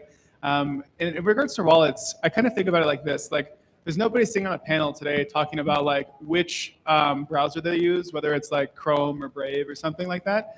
I think wallets serve a very important kind of fundamental step for people to actually go on chain. Like we spoke about, some exchanges, whether in the US, Coinbase, or outside of the US, maybe Binance. I think people kind of refer to that more as a trading exposure, not necessarily a Web3 experience. Really, wallets are kind of serving as that whole experience for the end user, right? It might be the first time they connect to a D app, or they place a cross-chain swap, or even same chain, or maybe it's the first time they're staking. I think at the end of the day, like, there's a lot of wallets out there. They all kind of serve different niche purposes. I think it's important to have the key value props that are important to you as a user, right? Security, making sure your keys, your crypto, all of those good things. In terms of the whole vertical integration, I think it's nice when you have it. Like Apple, for example, you have an iPhone, you have a watch, you have the computer. It syncs very nice, right? I'm not going to lie. There are some wallets that are kind of doing the vertical integration, whether it be from the on-ramp to the KYC. So, eventually when KYC comes to trading, or, prediction markets, if you've seen maybe like Kalshi's announcement, I think it's a core feature that a lot of businesses have to take. Over at Trust Wallet, I think it's something we've been exploring, and it's kind of now at the phase where what are the key things we want to be the best in, and what do we want to make sure we prioritize for the future. And that's kind of the main question today, is kind of what is the biggest next play? If I had a crystal ball, I don't think I'd be on the stage today. I'd be on a nice beach house. But at the same time, we have to kind of, as an industry, decide what is going to be the focus, the narrative. Prediction markets, perps, those are gone. What's the next thing? I think that's kind of where we're talking the horizontal integration versus vertical. I think there's going to be a lot more of the acquisitions, and you're going to see a lot of these players kind of defined into smaller, big ones, as you're kind of seeing more of these acquisitions in the last 12 months, for example. Mon. How's it going? Very interesting perspectives. Start off with Shield is only on one chain Aleo, right? And part of the reason is because, hey, the team built Aleo, built Shield, but also is because Shield, like Aleo, can offer some unique features that no other chain can, like full privacy, right? And that's just not available anywhere else, so that's where we stick. And so what that means is, by default, we are vertically integrated, right? And so, like, we've actually gone out of our way to implement certain sort of services that the user doesn't even understand as we're working in the back end, but they make the UX just so much cleaner, so much smoother, so much faster, right? And I think you can do that, to your example about Apple and phones, you can do that when you're vertically integrated. You can't really do that if you're gonna be sort of the vanilla, right? Like if you're gonna serve many different chains or like many different user types, you kind of have to sort of do the most common denominator, and that's not always sort of the best experience for all users, right? And so we're kind of mindful of that. As for vertical integration, that's sort of our take on it. In terms of like, what wallet thesis, I'm totally aligned with that, right? Like, been building wallets for like 2 different sort of foundations/companies for the past little while, right? But I think maybe we look at this question like, okay, what happens in like 10 years, right? 15 years? And I mean, it's a buzzword that's been going around, but I don't know if I'm going to get some hate for it, but like neobank type stuff, right? Like where you have your wallet, it is your gateway into crypto as a user. And, we have swaps right now, and we have sort of bridging and sort of on-ramp, off-ramp, partly because people don't know who to trust, who not to trust. Trust is given to the wallet, and that trust extends to all services within the wallet. Number 2, well, how are wallets going to make money, right? You guys make money by hardware, and that's great, but like most software wallets, right, they kind of stuck to charging a fee of whatever swaps or on-ramps are, and so that's where revenue comes from. But I feel like, and that's today, but I think in the future, right, like, skipping a few steps here, but like, that's the place where you store value, that's your savings account. That's where you earn, right? Maybe that's where you spend money from, through credit card, through paying your rent, whatever. But to me, sort of that's the future that I think, to me, that's a future that's inevitable. How do we get there? Are there steps in between? I'm sure, like, folks in this panel will figure out in the next couple of years. Nick or Clayton, anything? Nick, you want to clap back? I mean, everyone's entitled to their opinion. No, I'm kidding. Yeah, I know where you're coming from, exactly. Yeah. I totally appreciate that. I mean, at some point, you have different niches. We all have to kind of focus on what's important to us. Like, I was on a panel a few weeks ago with someone else from Ledger, and we were discussing like the barrier to entry, right? So when you have to purchase a hardware wallet, obviously there's an upfront cost. But if you look at maybe some of their holders, they might tend to hold a lot more on average, just because if you're buying a crypto wallet or, hardware device for a few $100, you're probably going to put more than a few $100 into whatever it is you're doing. If you're downloading a free mobile app, odds are it's left empty, or you might put $5 in it and you never open it again. I mean, these are realities of the world, right? It really depends on what you're trying to target and the end consumer. I think for us, our key mission is making sure that everyone has the opportunity and the freedom of reach. It's not necessarily about a barrier to entry. We try and keep that low. As a business, we do have to make money. So you will pay trading fees on an exchange anyways. So at the same point, like, what's your alternative? If you have a better one, please let me know, because I'd love to try it. But at the same time, I think as an industry, we will kind of move away from transactional fees at some point. Who knows? But I don't think I need another subscription. There's already too many, and I should cancel Netflix anyways. Imagine the Robinhood model applied to blockchain transactions. You pay a $20 subscription fee, send as many transactions as you want. Yeah, and then you just route the order flow of all the transactions on chain and just background them all. I mean, it is a feasible model. I mean, you certainly could. I don't think that's the best thing for the user, because nobody likes a front run or a background and a sandwich attack. If that's the way people want to move, I mean, we'll adapt, but I hope not. Let me be clear. We should not do that. It's just crazy to think about. I've been kind of having a personal, like, internal identity crisis about how I feel with regards to self-custody. I think, as crypto becomes more ubiquitous, stable coins, and more high quality assets come on chain, people don't want to lose their seed phrase. I still have money locked in a wallet from 2016. I have like 18 ETH that, I'd like it, right? But forgot the password. It's a whole nother story. We won't get into it. But, people don't want that reality. Like, they don't want to bear the burden of self-custody when we're thinking about, lay people and these sorts of things. People want a forgot password button. They want customer service. How do you guys grapple with self-custody in 2026? I mean, we do have a forgot password button at Ledger. It's called Ledger Recover, right? But ultimately for us, right, like we are, on the side of the spectrum that, we are always going to be at, right? Where it's like there is a group of people that will need this or want this, and to your point about us having a barrier, we see ourselves as a premium product in the industry, right? It's like, if you want to trade, Bartcoin 69 with like $20 in a wallet, right? Like, you don't need a $60 to $100, $200 device. But if you want to be here for a while, and maybe you have ideals that require you to be non-custodial, or also you're intelligent enough to know how many attack vectors there are that exist in this industry, and like even more so now because of AI, then having a hardware secured wallet makes more and more sense every single day. But yeah, I mean, the old school storing your seed phrase thing is annoying. There are paths to mitigate that. Yeah. Could you just tell us a little bit about how Ledger Recovery works, like mechanicalistically? What are the things there? Do we have a trusted setup, or what? How are you able to kind of get the best of both worlds? Basically, it's a trusted company that we work with that will secure the seed phrase, and then you would have to request to recover. So at the onset, you request that they have a backup. You can purchase it after, right? But obviously, you would need to have your seed phrase for that. To turn it on. Yeah. You can't do it after the fact. Yeah. I didn't mean to interrupt you if you wanted. Oh yeah, but yeah, I mean, I think you got our point. But yeah, the onboarding process for crypto today is annoying. But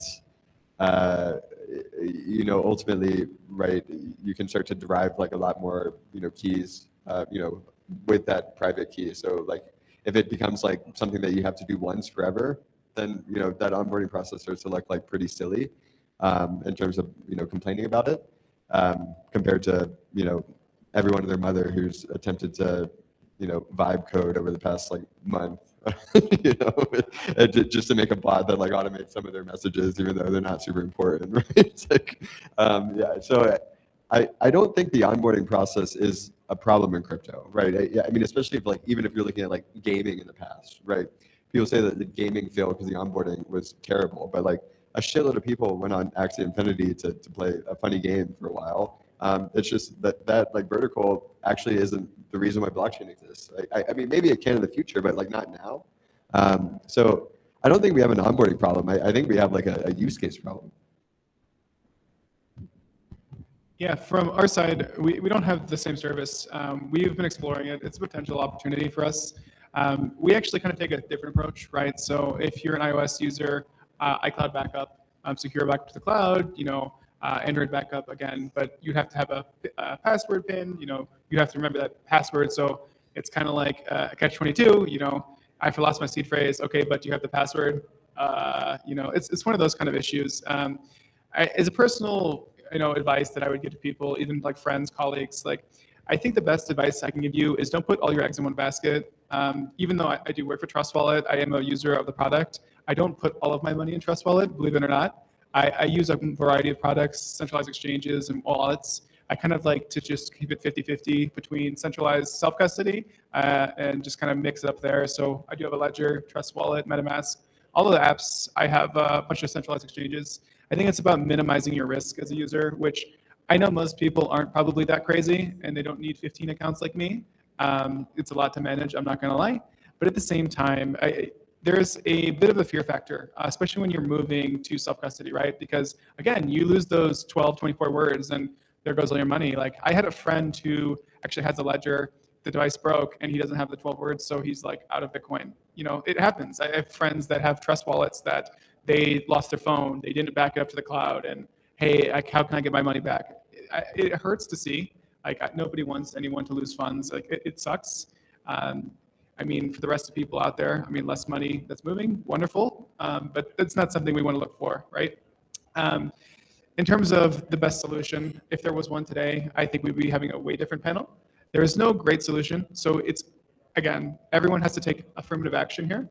The best approach is limiting your risk, understanding your personal, risk profile, and having an opportunity to basically give the users the freedom of choice, whether they want to hold the keys themselves, they want to have multiple keys, they want to write it down on a piece of paper, store it in a bank vault, upload it to the cloud, whatever they need to do. I totally appreciate whatever it is. I think, again, my advice would just be don't put all your eggs in one basket, don't sign random PDFs, so make sure you're being very careful out there. Keep a hybrid approach. Naman, Yeah. why is self-custody important? Yeah, no, I think it's actually very important, right? Like I think part of the reason people choose to hold crypto is because of the self-sovereign aspect of it, right? You could easily put on Coinbase, Binance, and whatever have you, but then, it's like if you don't hold the keys, do you really hold your crypto, right? You can sort of get banned almost any day, and funds frozen, and then you're kind of stuck, right? So I think that, as folks said, there's no good solution to it. I think Ledger's sort of the good solution for most people right now, and I think that's fair. To me, I think what becomes interesting, right? Like, I think we should keep going down that path, but I feel like the definition of, like how do we maintain sort of self-sovereignty in crypto with self-custody is expanding. Like right now, as long as we hold our keys, we feel comfort that, hey, these are all tokens. But we're okay sort of saying that when we move those tokens, it's transparent and everybody can see what I'm doing, and that's okay, right? A lot of people, to avoid that, a lot of people do what you just sort of said, like you'll sort of hot wallets with multiple wallets because you're sort of wary of people going to the box store and sort of, finding out who holds how much. And it seems like to be sort of hard to sort of offer a higher degree of self-sovereignty, you need your data to be private as well, right? And so the transfers, the metadata, all has to be private. And I think that's sort of going to be the next, expansion of, self-custody into sort of being fully self-sovereign. I want to expand a little bit into emerging technologies, emerging markets. Given the pace of acceleration of AI, I anticipate we're going to see AI trading, AI agents. Everyone's trying to code a Polymarketer Kalshi AI bot that's going to make them rich and wealthy, never have to work. Everyone wants passive income. And then Naman, you also mentioned a lot of these neobank features. We're combining RWA products right alongside crypto products. You can see this already happening on centralized exchanges like Coinbase. You've got lending, prediction markets, trading, all in one interface. it feels like wallets are progressing towards a financial super app or a centralized exchange user interface. Do you guys think that's a good or a bad thing? Do you think that's a healthy progression for wallets, or should we keep these product offerings somewhat segmented? Generally, how are you preparing for AI trading acceleration?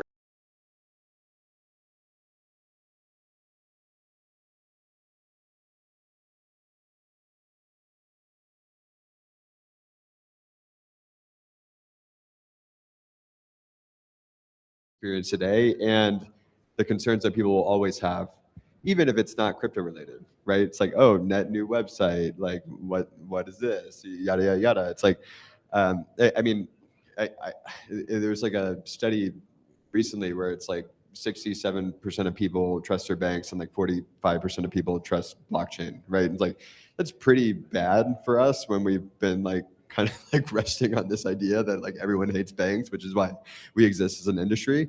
And like ultimately, I think a part of that problem outside of just, narrative and, the volatility and stuff is the experience of crypto is you're scary, right? Like even if you're in the industry, right? So there is going to be some trust element associated with transacting from a front end perspective, right? Where it's like, regardless of what we say about like trustless systems, in my opinion, it's like trust minimized systems backed by reputable people or organizations or brands that you trust.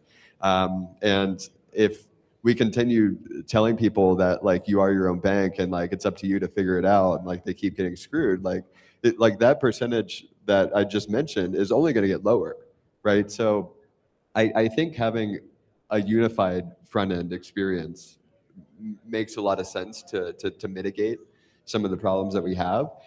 And then to the point of like trusting the banks, right? It's similar if like you're on Chase, right? It's like, you can buy stocks and like you can send a wire and like there's a variety of different things and like your credit card's enabled in that, right? So, obviously like, most people are not using a single financial app, but at least like you have this as your home base. And I would like to see wallets be that sort of experience, obviously in a much cooler crypto native fuck the bank sort of way. But I think it's necessary. The thing is always like, can the innovators innovate quicker than the incumbents can build it themselves, right? Like I see, the wallets are continuing to progress almost towards like an online banking or centralized exchange user interface. The incumbents already have all of the brand recognition, the familiarity, they own the customer relationships with the masses. And so, can the innovators get distribution before the incumbents can build it themselves and innovate, right? And so that's always the balance, right? Are we going to see some wallets gain significant distribution to the extent where they can compete with the JP Morgan Chases and have a similar product? If there's a similar product stack there, we're going to have to compete on distribution. Where are you guys at on this? How important is, all of these? How are you guys preparing for AI and some of these neobank offerings? I can start with that. I think it's a good question, right? Like, I think what's happening is that incumbents are realizing that, hey, crypto offers more efficiency in almost everything except regulatory arbitrage, so they should move towards that. They started moving towards it, right? But I mean, what that also means is that there's a lot of learning for them to do, and it's one of those things that I feel like the market has, like the efficient market pieces. I feel like that's what's going to play out, right? And in my mind, because startups, crypto company startups are able to move fast, they're probably going to be the ones to sort of plant that first flag, right? And I mean, I think we sort of see a bit of that happening with Coinbase. They evolved into the social app for the last 1 year, but they just sort of said, hey, we're done with social for now, right? Going back to trading. But what that really comes down to, they have an earned product. A lot of people just leave their funds in Coinbase, right? They have the Coinbase card.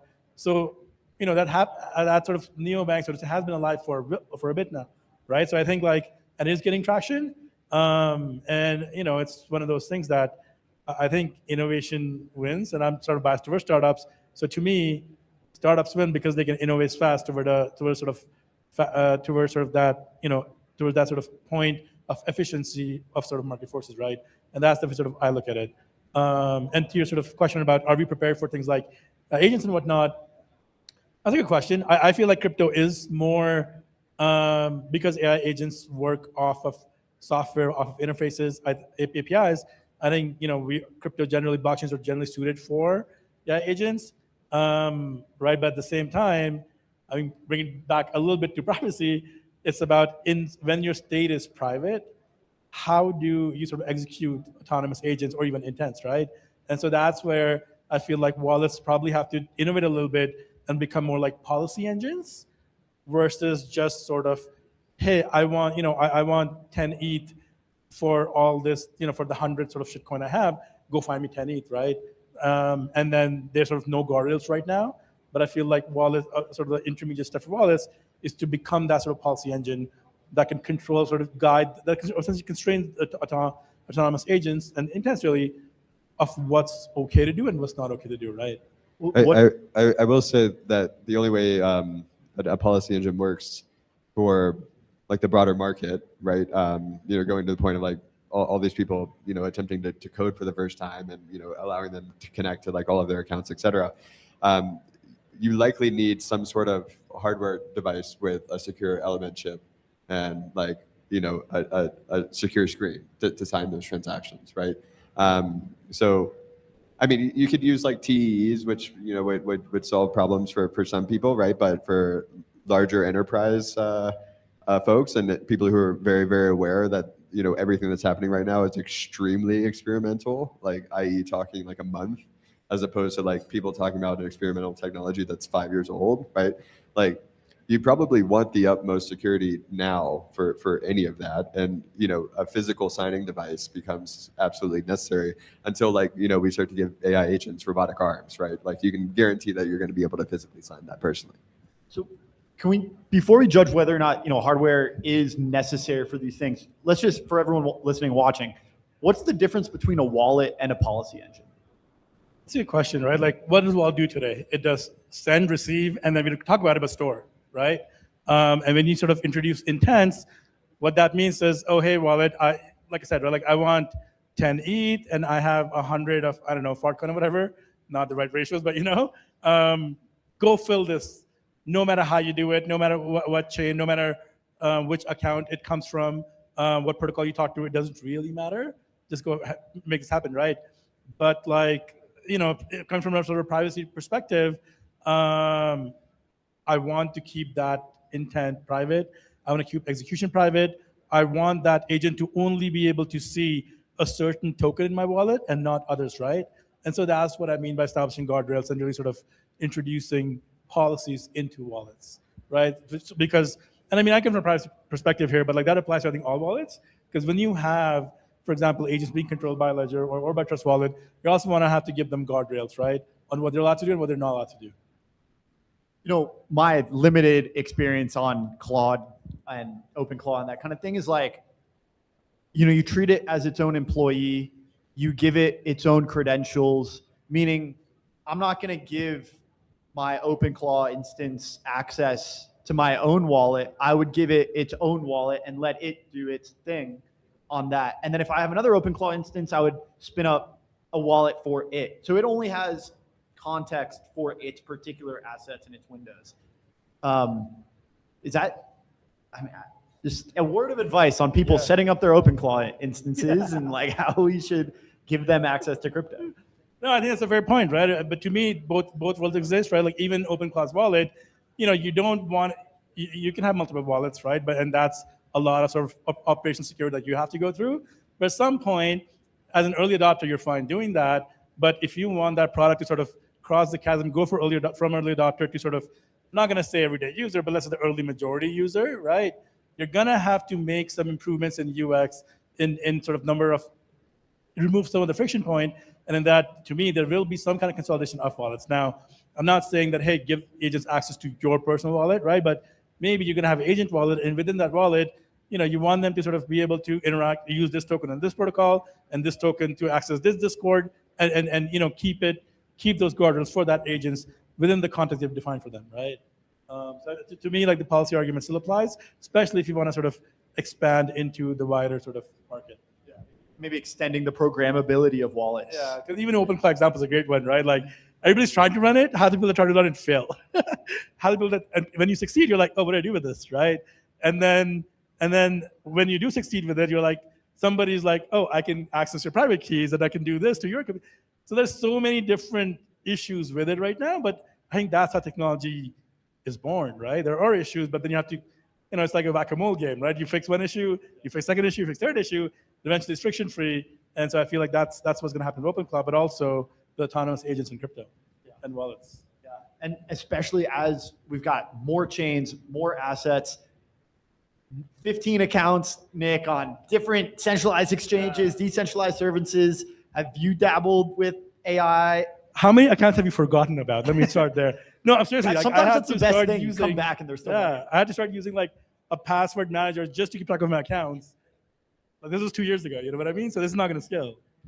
Yeah, I do have a spreadsheet like an Excel to track it all. But again, I'm not your normal user. The other weird thing I now have is like I get spammed on a lot of my wallets. Like people are spamming me with a bunch of stuff. Like so I have to create new wallets and move stuff around because I don't know why people are tracking me, but whatever it is. In regards to the AI and everything, you should use Shield. Nobody can track you. Yeah, exactly. I need to start using shielded transactions, but not every blockchain has that. It's kind of defeats the purpose. But anyways, going into the whole AI Claude bot and everything like that, I think like at the same point, like I don't think anyone would just say like, hey, random person I met in the street, here's my phone, like do whatever you think is good, and like let's act in my best interests. Like as much as I appreciate the idea that I think AI is going to save our lives, make it better, like today it is not secure. And if you're going online, you type in like, how do I make a Claude bot to make me $1 million? And they say, oh, here's a tutorial, copy this link and download this thing, and you're all good. Just give it all your keys and it's good. And you wake up tomorrow and everything's gone. Like 1 in 5 pages, I think, someone told me this statistic, like 1 in 5 pages for how to download Claude bot is a scam right now. So many people are capitalizing on this opportunity. So again, am I going to give an AI agent access to everything in my life, my personal information in my crypto wallet, my 15 crypto wallets? Probably not. I might dedicate a prepaid card with $100 on it and give it a wallet with $10 and say go crazy, because it's a neat idea. I think we are a long ways from anything of that. And do I trust the AI overlords yet? Not today. Please don't kill me. But we're not at the Terminator level yet today. You missed the robot we had in here with boxing gloves. That was pretty wild. I walked around and I did see it. So I was nervous a little bit. All right, guys, give it up for our panelists. Another great panel. Thanks, guys. Thank you. Cheers, guys. Thanks for that.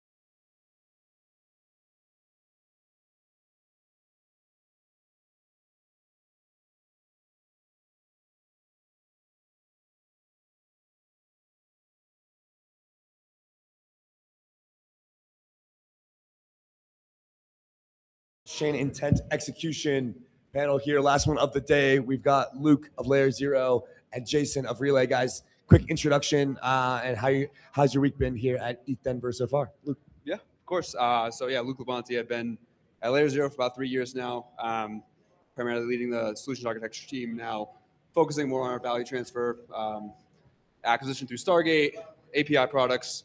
So kind of working across the teams through that. Yeah, it's fun through the acquisition. Not many people get to do it, but yeah, my week's been good.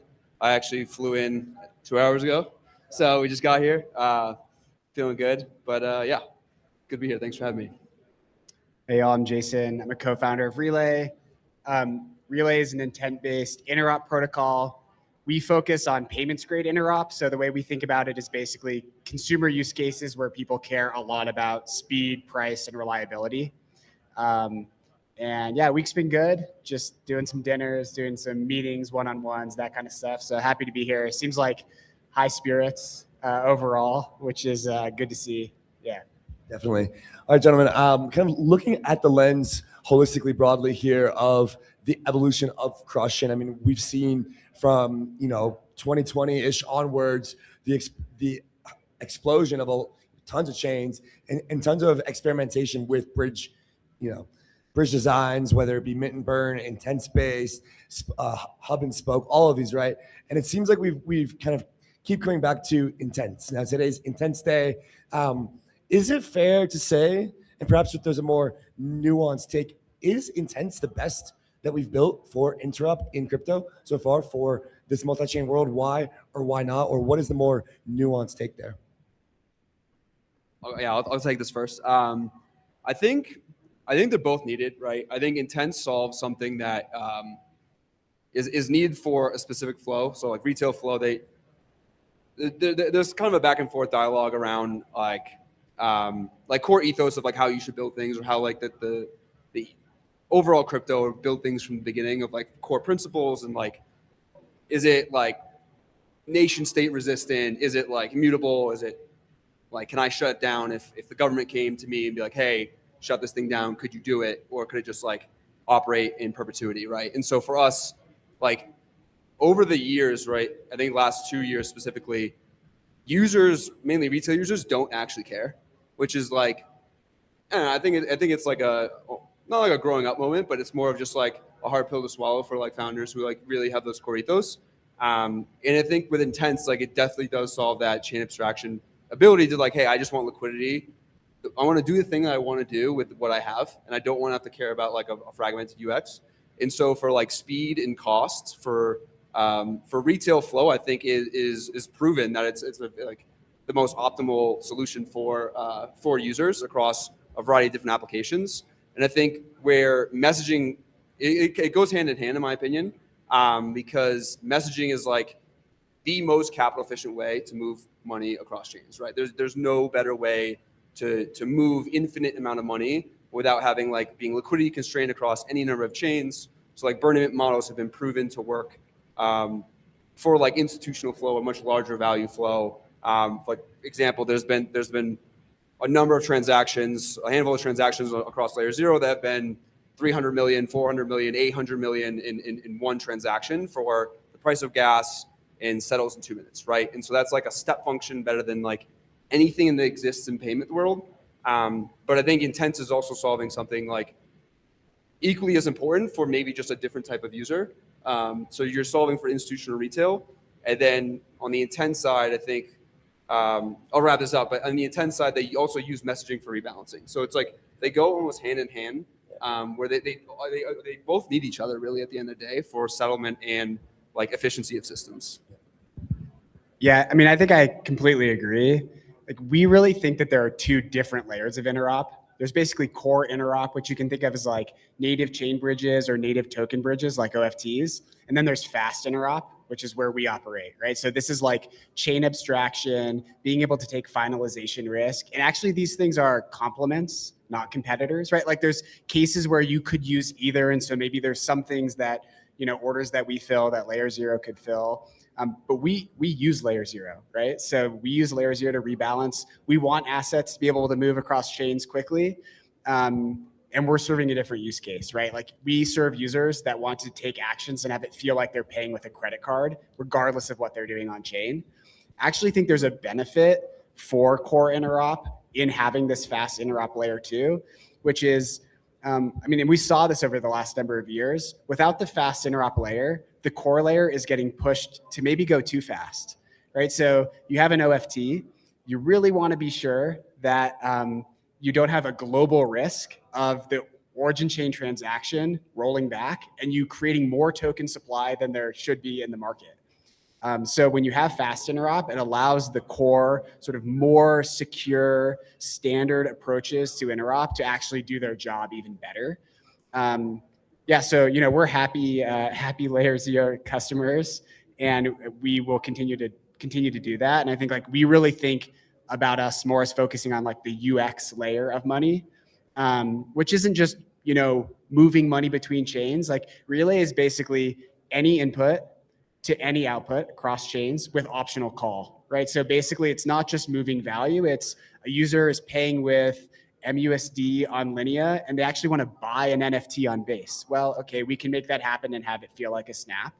And then we'll go, rebalance with an OFC at the end of the day. And then, so when it comes to more of the payments use cases then, Jason, as it applies to like stable coins for, any online business or point of sale, product, any merchant, how does the tech translate into more of a payments focused architecture? Not just like me as an on-chain user wanting to do a cross-chain swap, more of like, can this thing scale to like very, very high levels of payment expectations? Like how does that scale from the more, I guess, like institutional, more kind of consumer grade use case, less like cross-chain swap use case?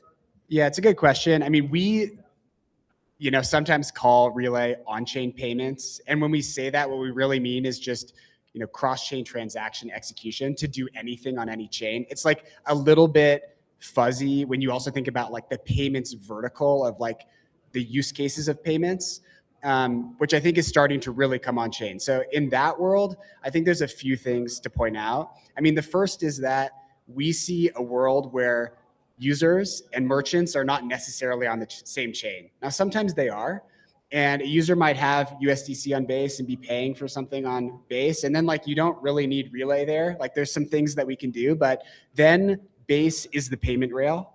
If you want to go between chains, then you need something that's going to happen instantly.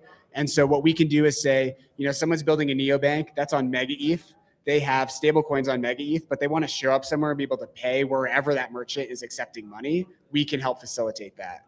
I think the last thing I'll add is payments are not actually transfers on chain. Payments are oftentimes protocol deposits, right? So if you look at something like Coinbase Commerce, their commerce protocol, which is being used by Shopify, it's not like you're just transferring money to the merchant. You're actually doing a deposit into a protocol, and that protocol has all sorts of functions like voiding payments, doing refunds, all of these things, right? Because the reality is things like chargebacks are a feature, not a bug of traditional payment systems. And so there's actually like a protocol layer of payments, right? And so we can actually help interact with those too. So I think what we're going to see is, the burden is kind of on us to enable retail users to have their tokens anywhere, have it be seamless, have them be able to pay. And I think we're going to start to see this more and more. Like stablecoin backed cards are a really good first step here. We're starting to see a lot of new stuff with Ramp and corporate treasuries and things like that. So I think it's all moving in the right direction. It's going to take time to break some of these cycles and see what benefits we can provide users, but definitely feel like it's coming.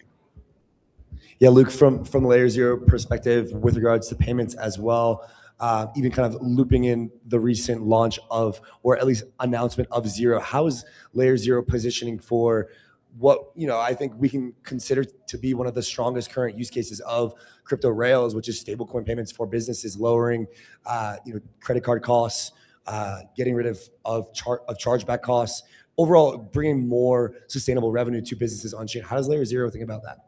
Yeah, I think with Zero in general, and there's a payment zone. So Zero, for those who don't know, is an L1 that are that Layer 0 in a lot of our research team have built out over the last 2 years, simply just to solve a problem, right? Like we saw forefront of chains launching in the last 3 years, and like we really just like weren't seeing the innovation growth happening or progressing as fast as we would like to see as far as finality. And I think that's like in part why Intents got so gained so much traction, is because the finality of the chains like wasn't improving at the speed in which like we thought it would. Where it's like, hey, if every chain is instant finality, why, like, what other way would you send money versus burn a mint? Like, it doesn't make sense. But then if these things like take 3 minutes, 2 minutes, like there's a gap there with payments when like, hey, I need this, like I need to settle this for my user in 2 seconds or 3 seconds, right?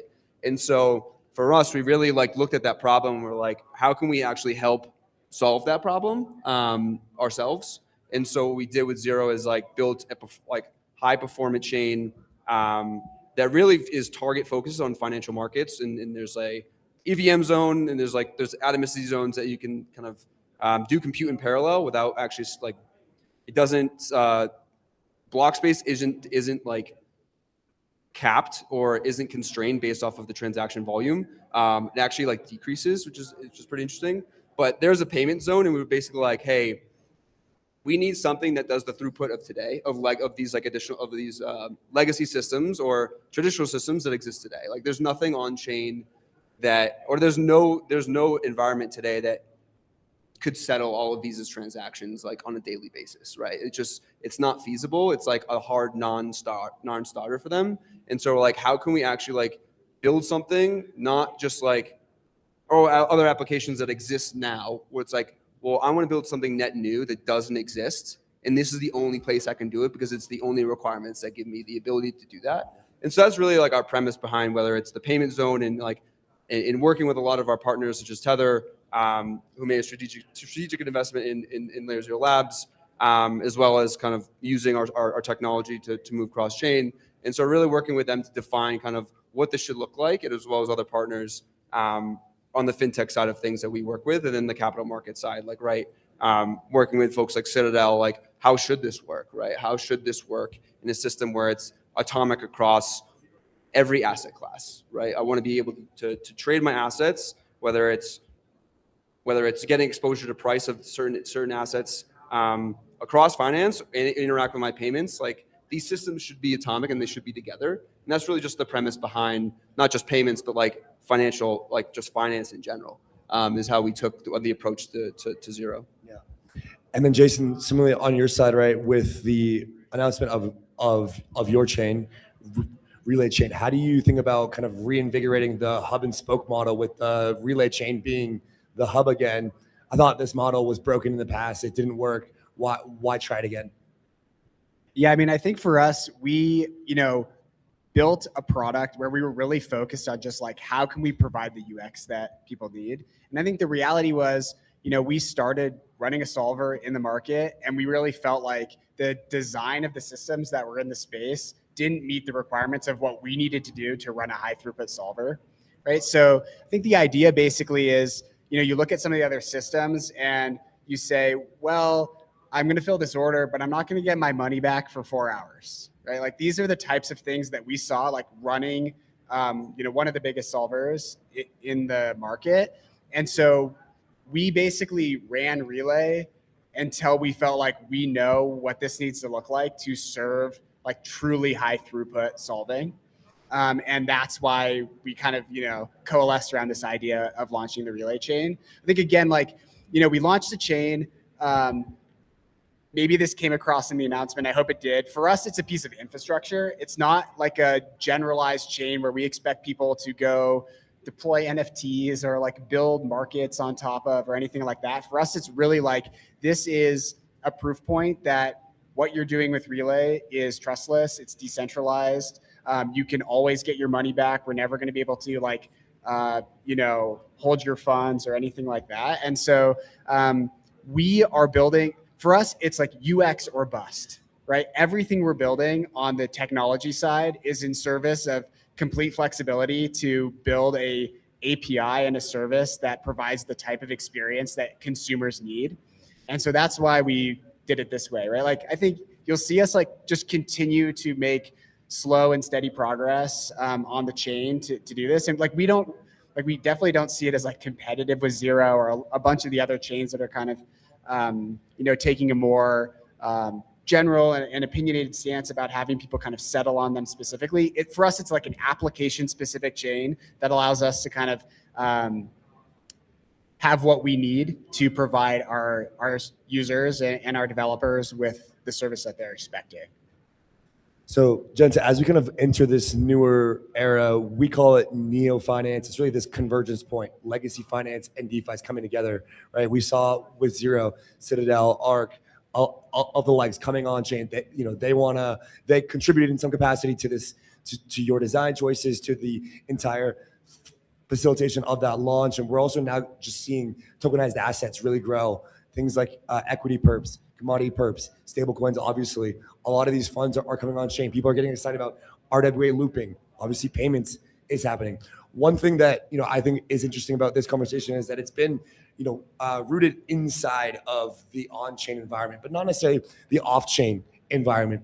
Talk to us about how your strategy changes as it pertains to bringing off-chain assets on-chain, tokenized equities, CLOs, stable coins. What does that look like from your perspective, from a business strategy perspective, as well as meeting these firms where they are? Part of this panel title is privacy, something that we haven't quite talked about yet. Talk to us about your business strategy and the logic around this newer era of institutional capital, funds on-chain, and these types of off-chain assets, bringing them into your stack.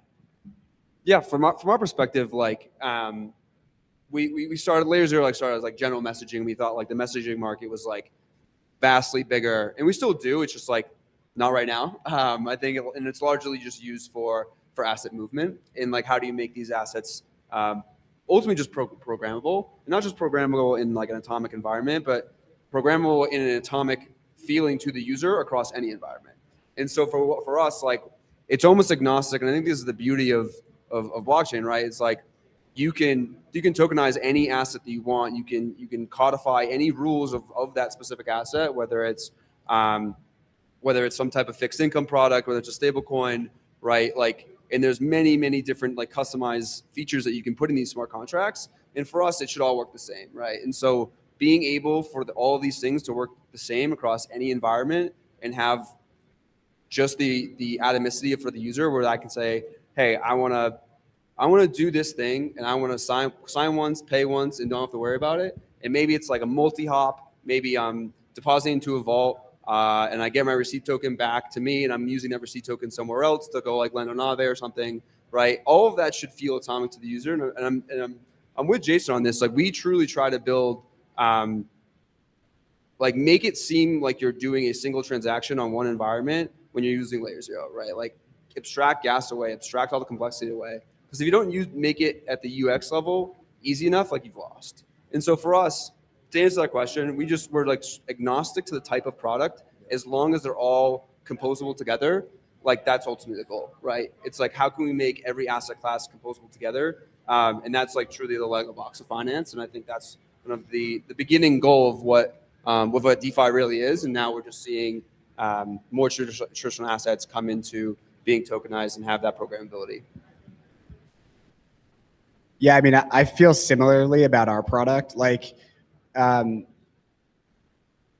we focus both on on-chain trading and payments as verticals that are coming on-chain. But the reality is, like, you really can just use Relay to do anything. Like from a technical perspective, I might describe Relay as a transaction execution protocol, right? It's more like you pay on any chain, and you can execute an array of transactions on any network that you want instantly, right? So that is like kind of the core technical architecture that lives inside of like the payment stack as well. I have a user on chain A who wants to pay a merchant on chain B. That lives inside of the trading flow of funds when a user has USDC on Solana and wants to buy a meme coin on Base. And so I think, we look at these verticals that are coming on chain and thinking about like how we can provide value-added services for them, how we can make sure our product really works for their needs. But I think for us, it's more like core infrastructure, right? Like we just think that chains should all sort of feel like one. And that might be partially supported by interop standards built into the tokens themselves, partially supported by intents. And I think there's a bunch of different reasons why those things are differentiated, not just speed. And And yeah, so like we're happy to see a burgeoning set of use cases really like come to fruition in blockchain. I think, you know, the reality is we haven't crossed the chasm. We're getting there. I think crypto is like, we're like somewhere leaping over the middle right now. And I think something that people forget is the users, like the early adopters of crypto, are not the same people as the majority that's coming next, right? So as an early adopter of crypto, I was more than happy to click some buttons on my screen, wait 10 minutes and like pray to God that my ETH came out on Arbitrum.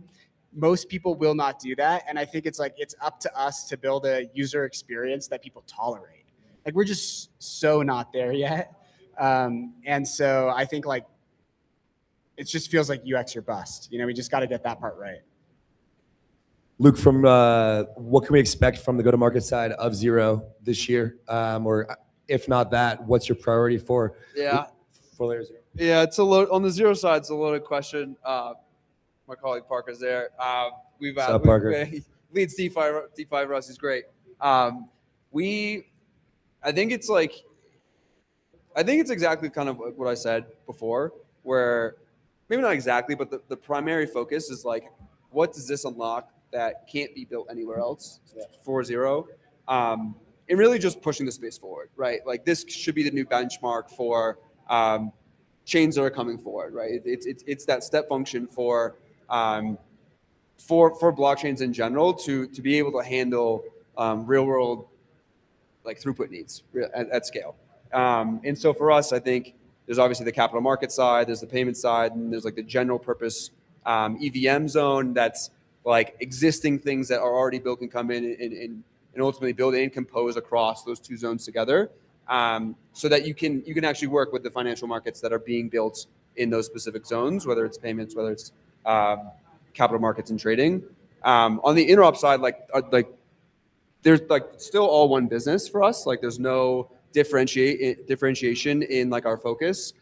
We still are very like super focused on value transfer and like the rails in which we've laid. And like, I think that is all synergistic to Zero and like its launch. And like, hey, we've worked with these partners over the years and like built these relationships. And now we can help them kind of like expand into what we're ultimately incubating with Zero. So for us and for me particularly, I'm just focused on value transfer, right? Like Stargate acquisition was like the largest messaging-based bridge in the space. Like, how can we make that a better experience for users?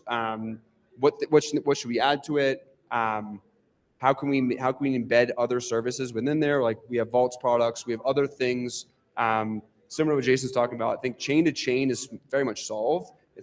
We see it's like more app to app. So it's how can you make those composed actions within applications more seamless, and then build a consumer application that's like, to Jason's point, more usable to retail.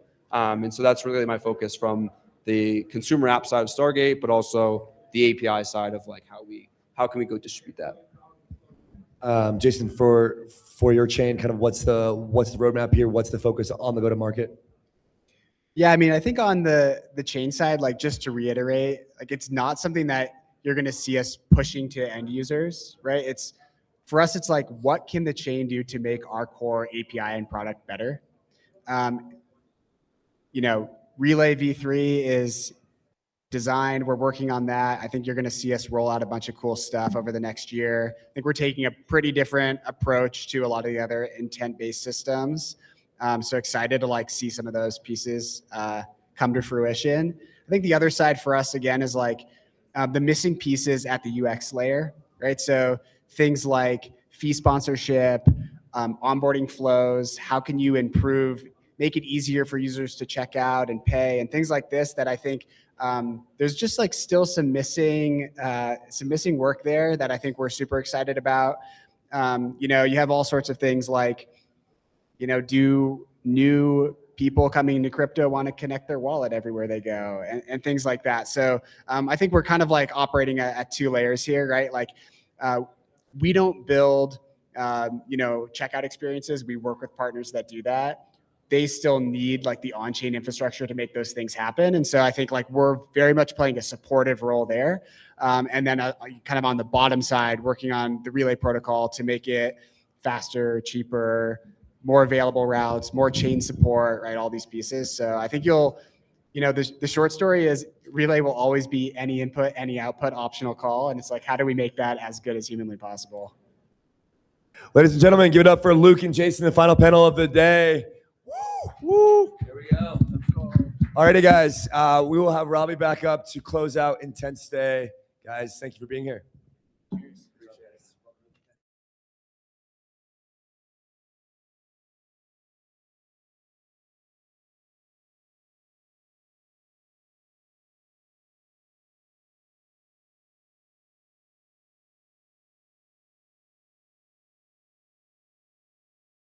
At ETHDenver. Come here, bud. You have fun? That was a long day full of panels, firesides, discussions. Intense, man. Intense indeed. I enjoy it. I learned. Yeah. We had a couple of spicy ones. Yeah, I found myself bringing in a lot of the conversations back to the things that we're interested in. Yeah. Tokenization, the neo-finance kind of A lot talk, of neo-finance, payments, stable coins, agentic payments. it's all kind of coming together. You know, because I think like there's so much builder-oriented thought. Yeah. About like product, like trying to be like, hey, like here's what's happening, and like how does this product work in this environment, right? Well, it's kind of our perspective that we're able to go out, bring in new perspectives, and hopefully inform a lot of the builders and help shape some of these products. And what are we seeing out there? Like we're seeing neo finance in terms of and it's kind of a double-edged sword. Like permission DeFi is something that's unsolved, and synchronous composability is something we're hearing about as well at ETHDenver. It's like it's people feel generally positive, BlackRock buying Uniswap and partnering and Apollo and Morpho, but there's complications, like there's intricacies to work out there. Yeah. No, I mean, I think there's been a lot of progress on the tech side to supplant the broader institutional adoption.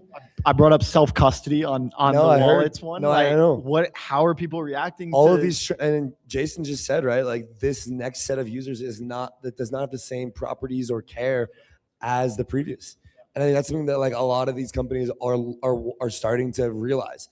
In addition to that, it's like, I was asking Kendall, like, all right, so we're launching this stablecoin transfer protocol based on near intents.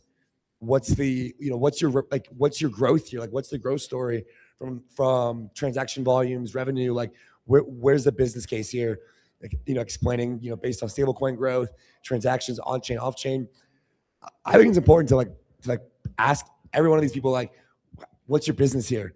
Like where's your, like, how are you making money? We're no longer relying on narrative and hype, and there's not a retail audience out there buying these tokens up that we can kind of pull the wool over their eyes and say, yeah, this big trend is going to continue to happen, so you got to get in now while it's still early. Like, you do have to have a real business model that's going to have product market fit, and still early. It is still early. One of the things that really signaled to me like this is still early was the Intense Market panel, which was, I mean, we went from $10 billion through near intents to like 15 or 20, at this point just here during the day.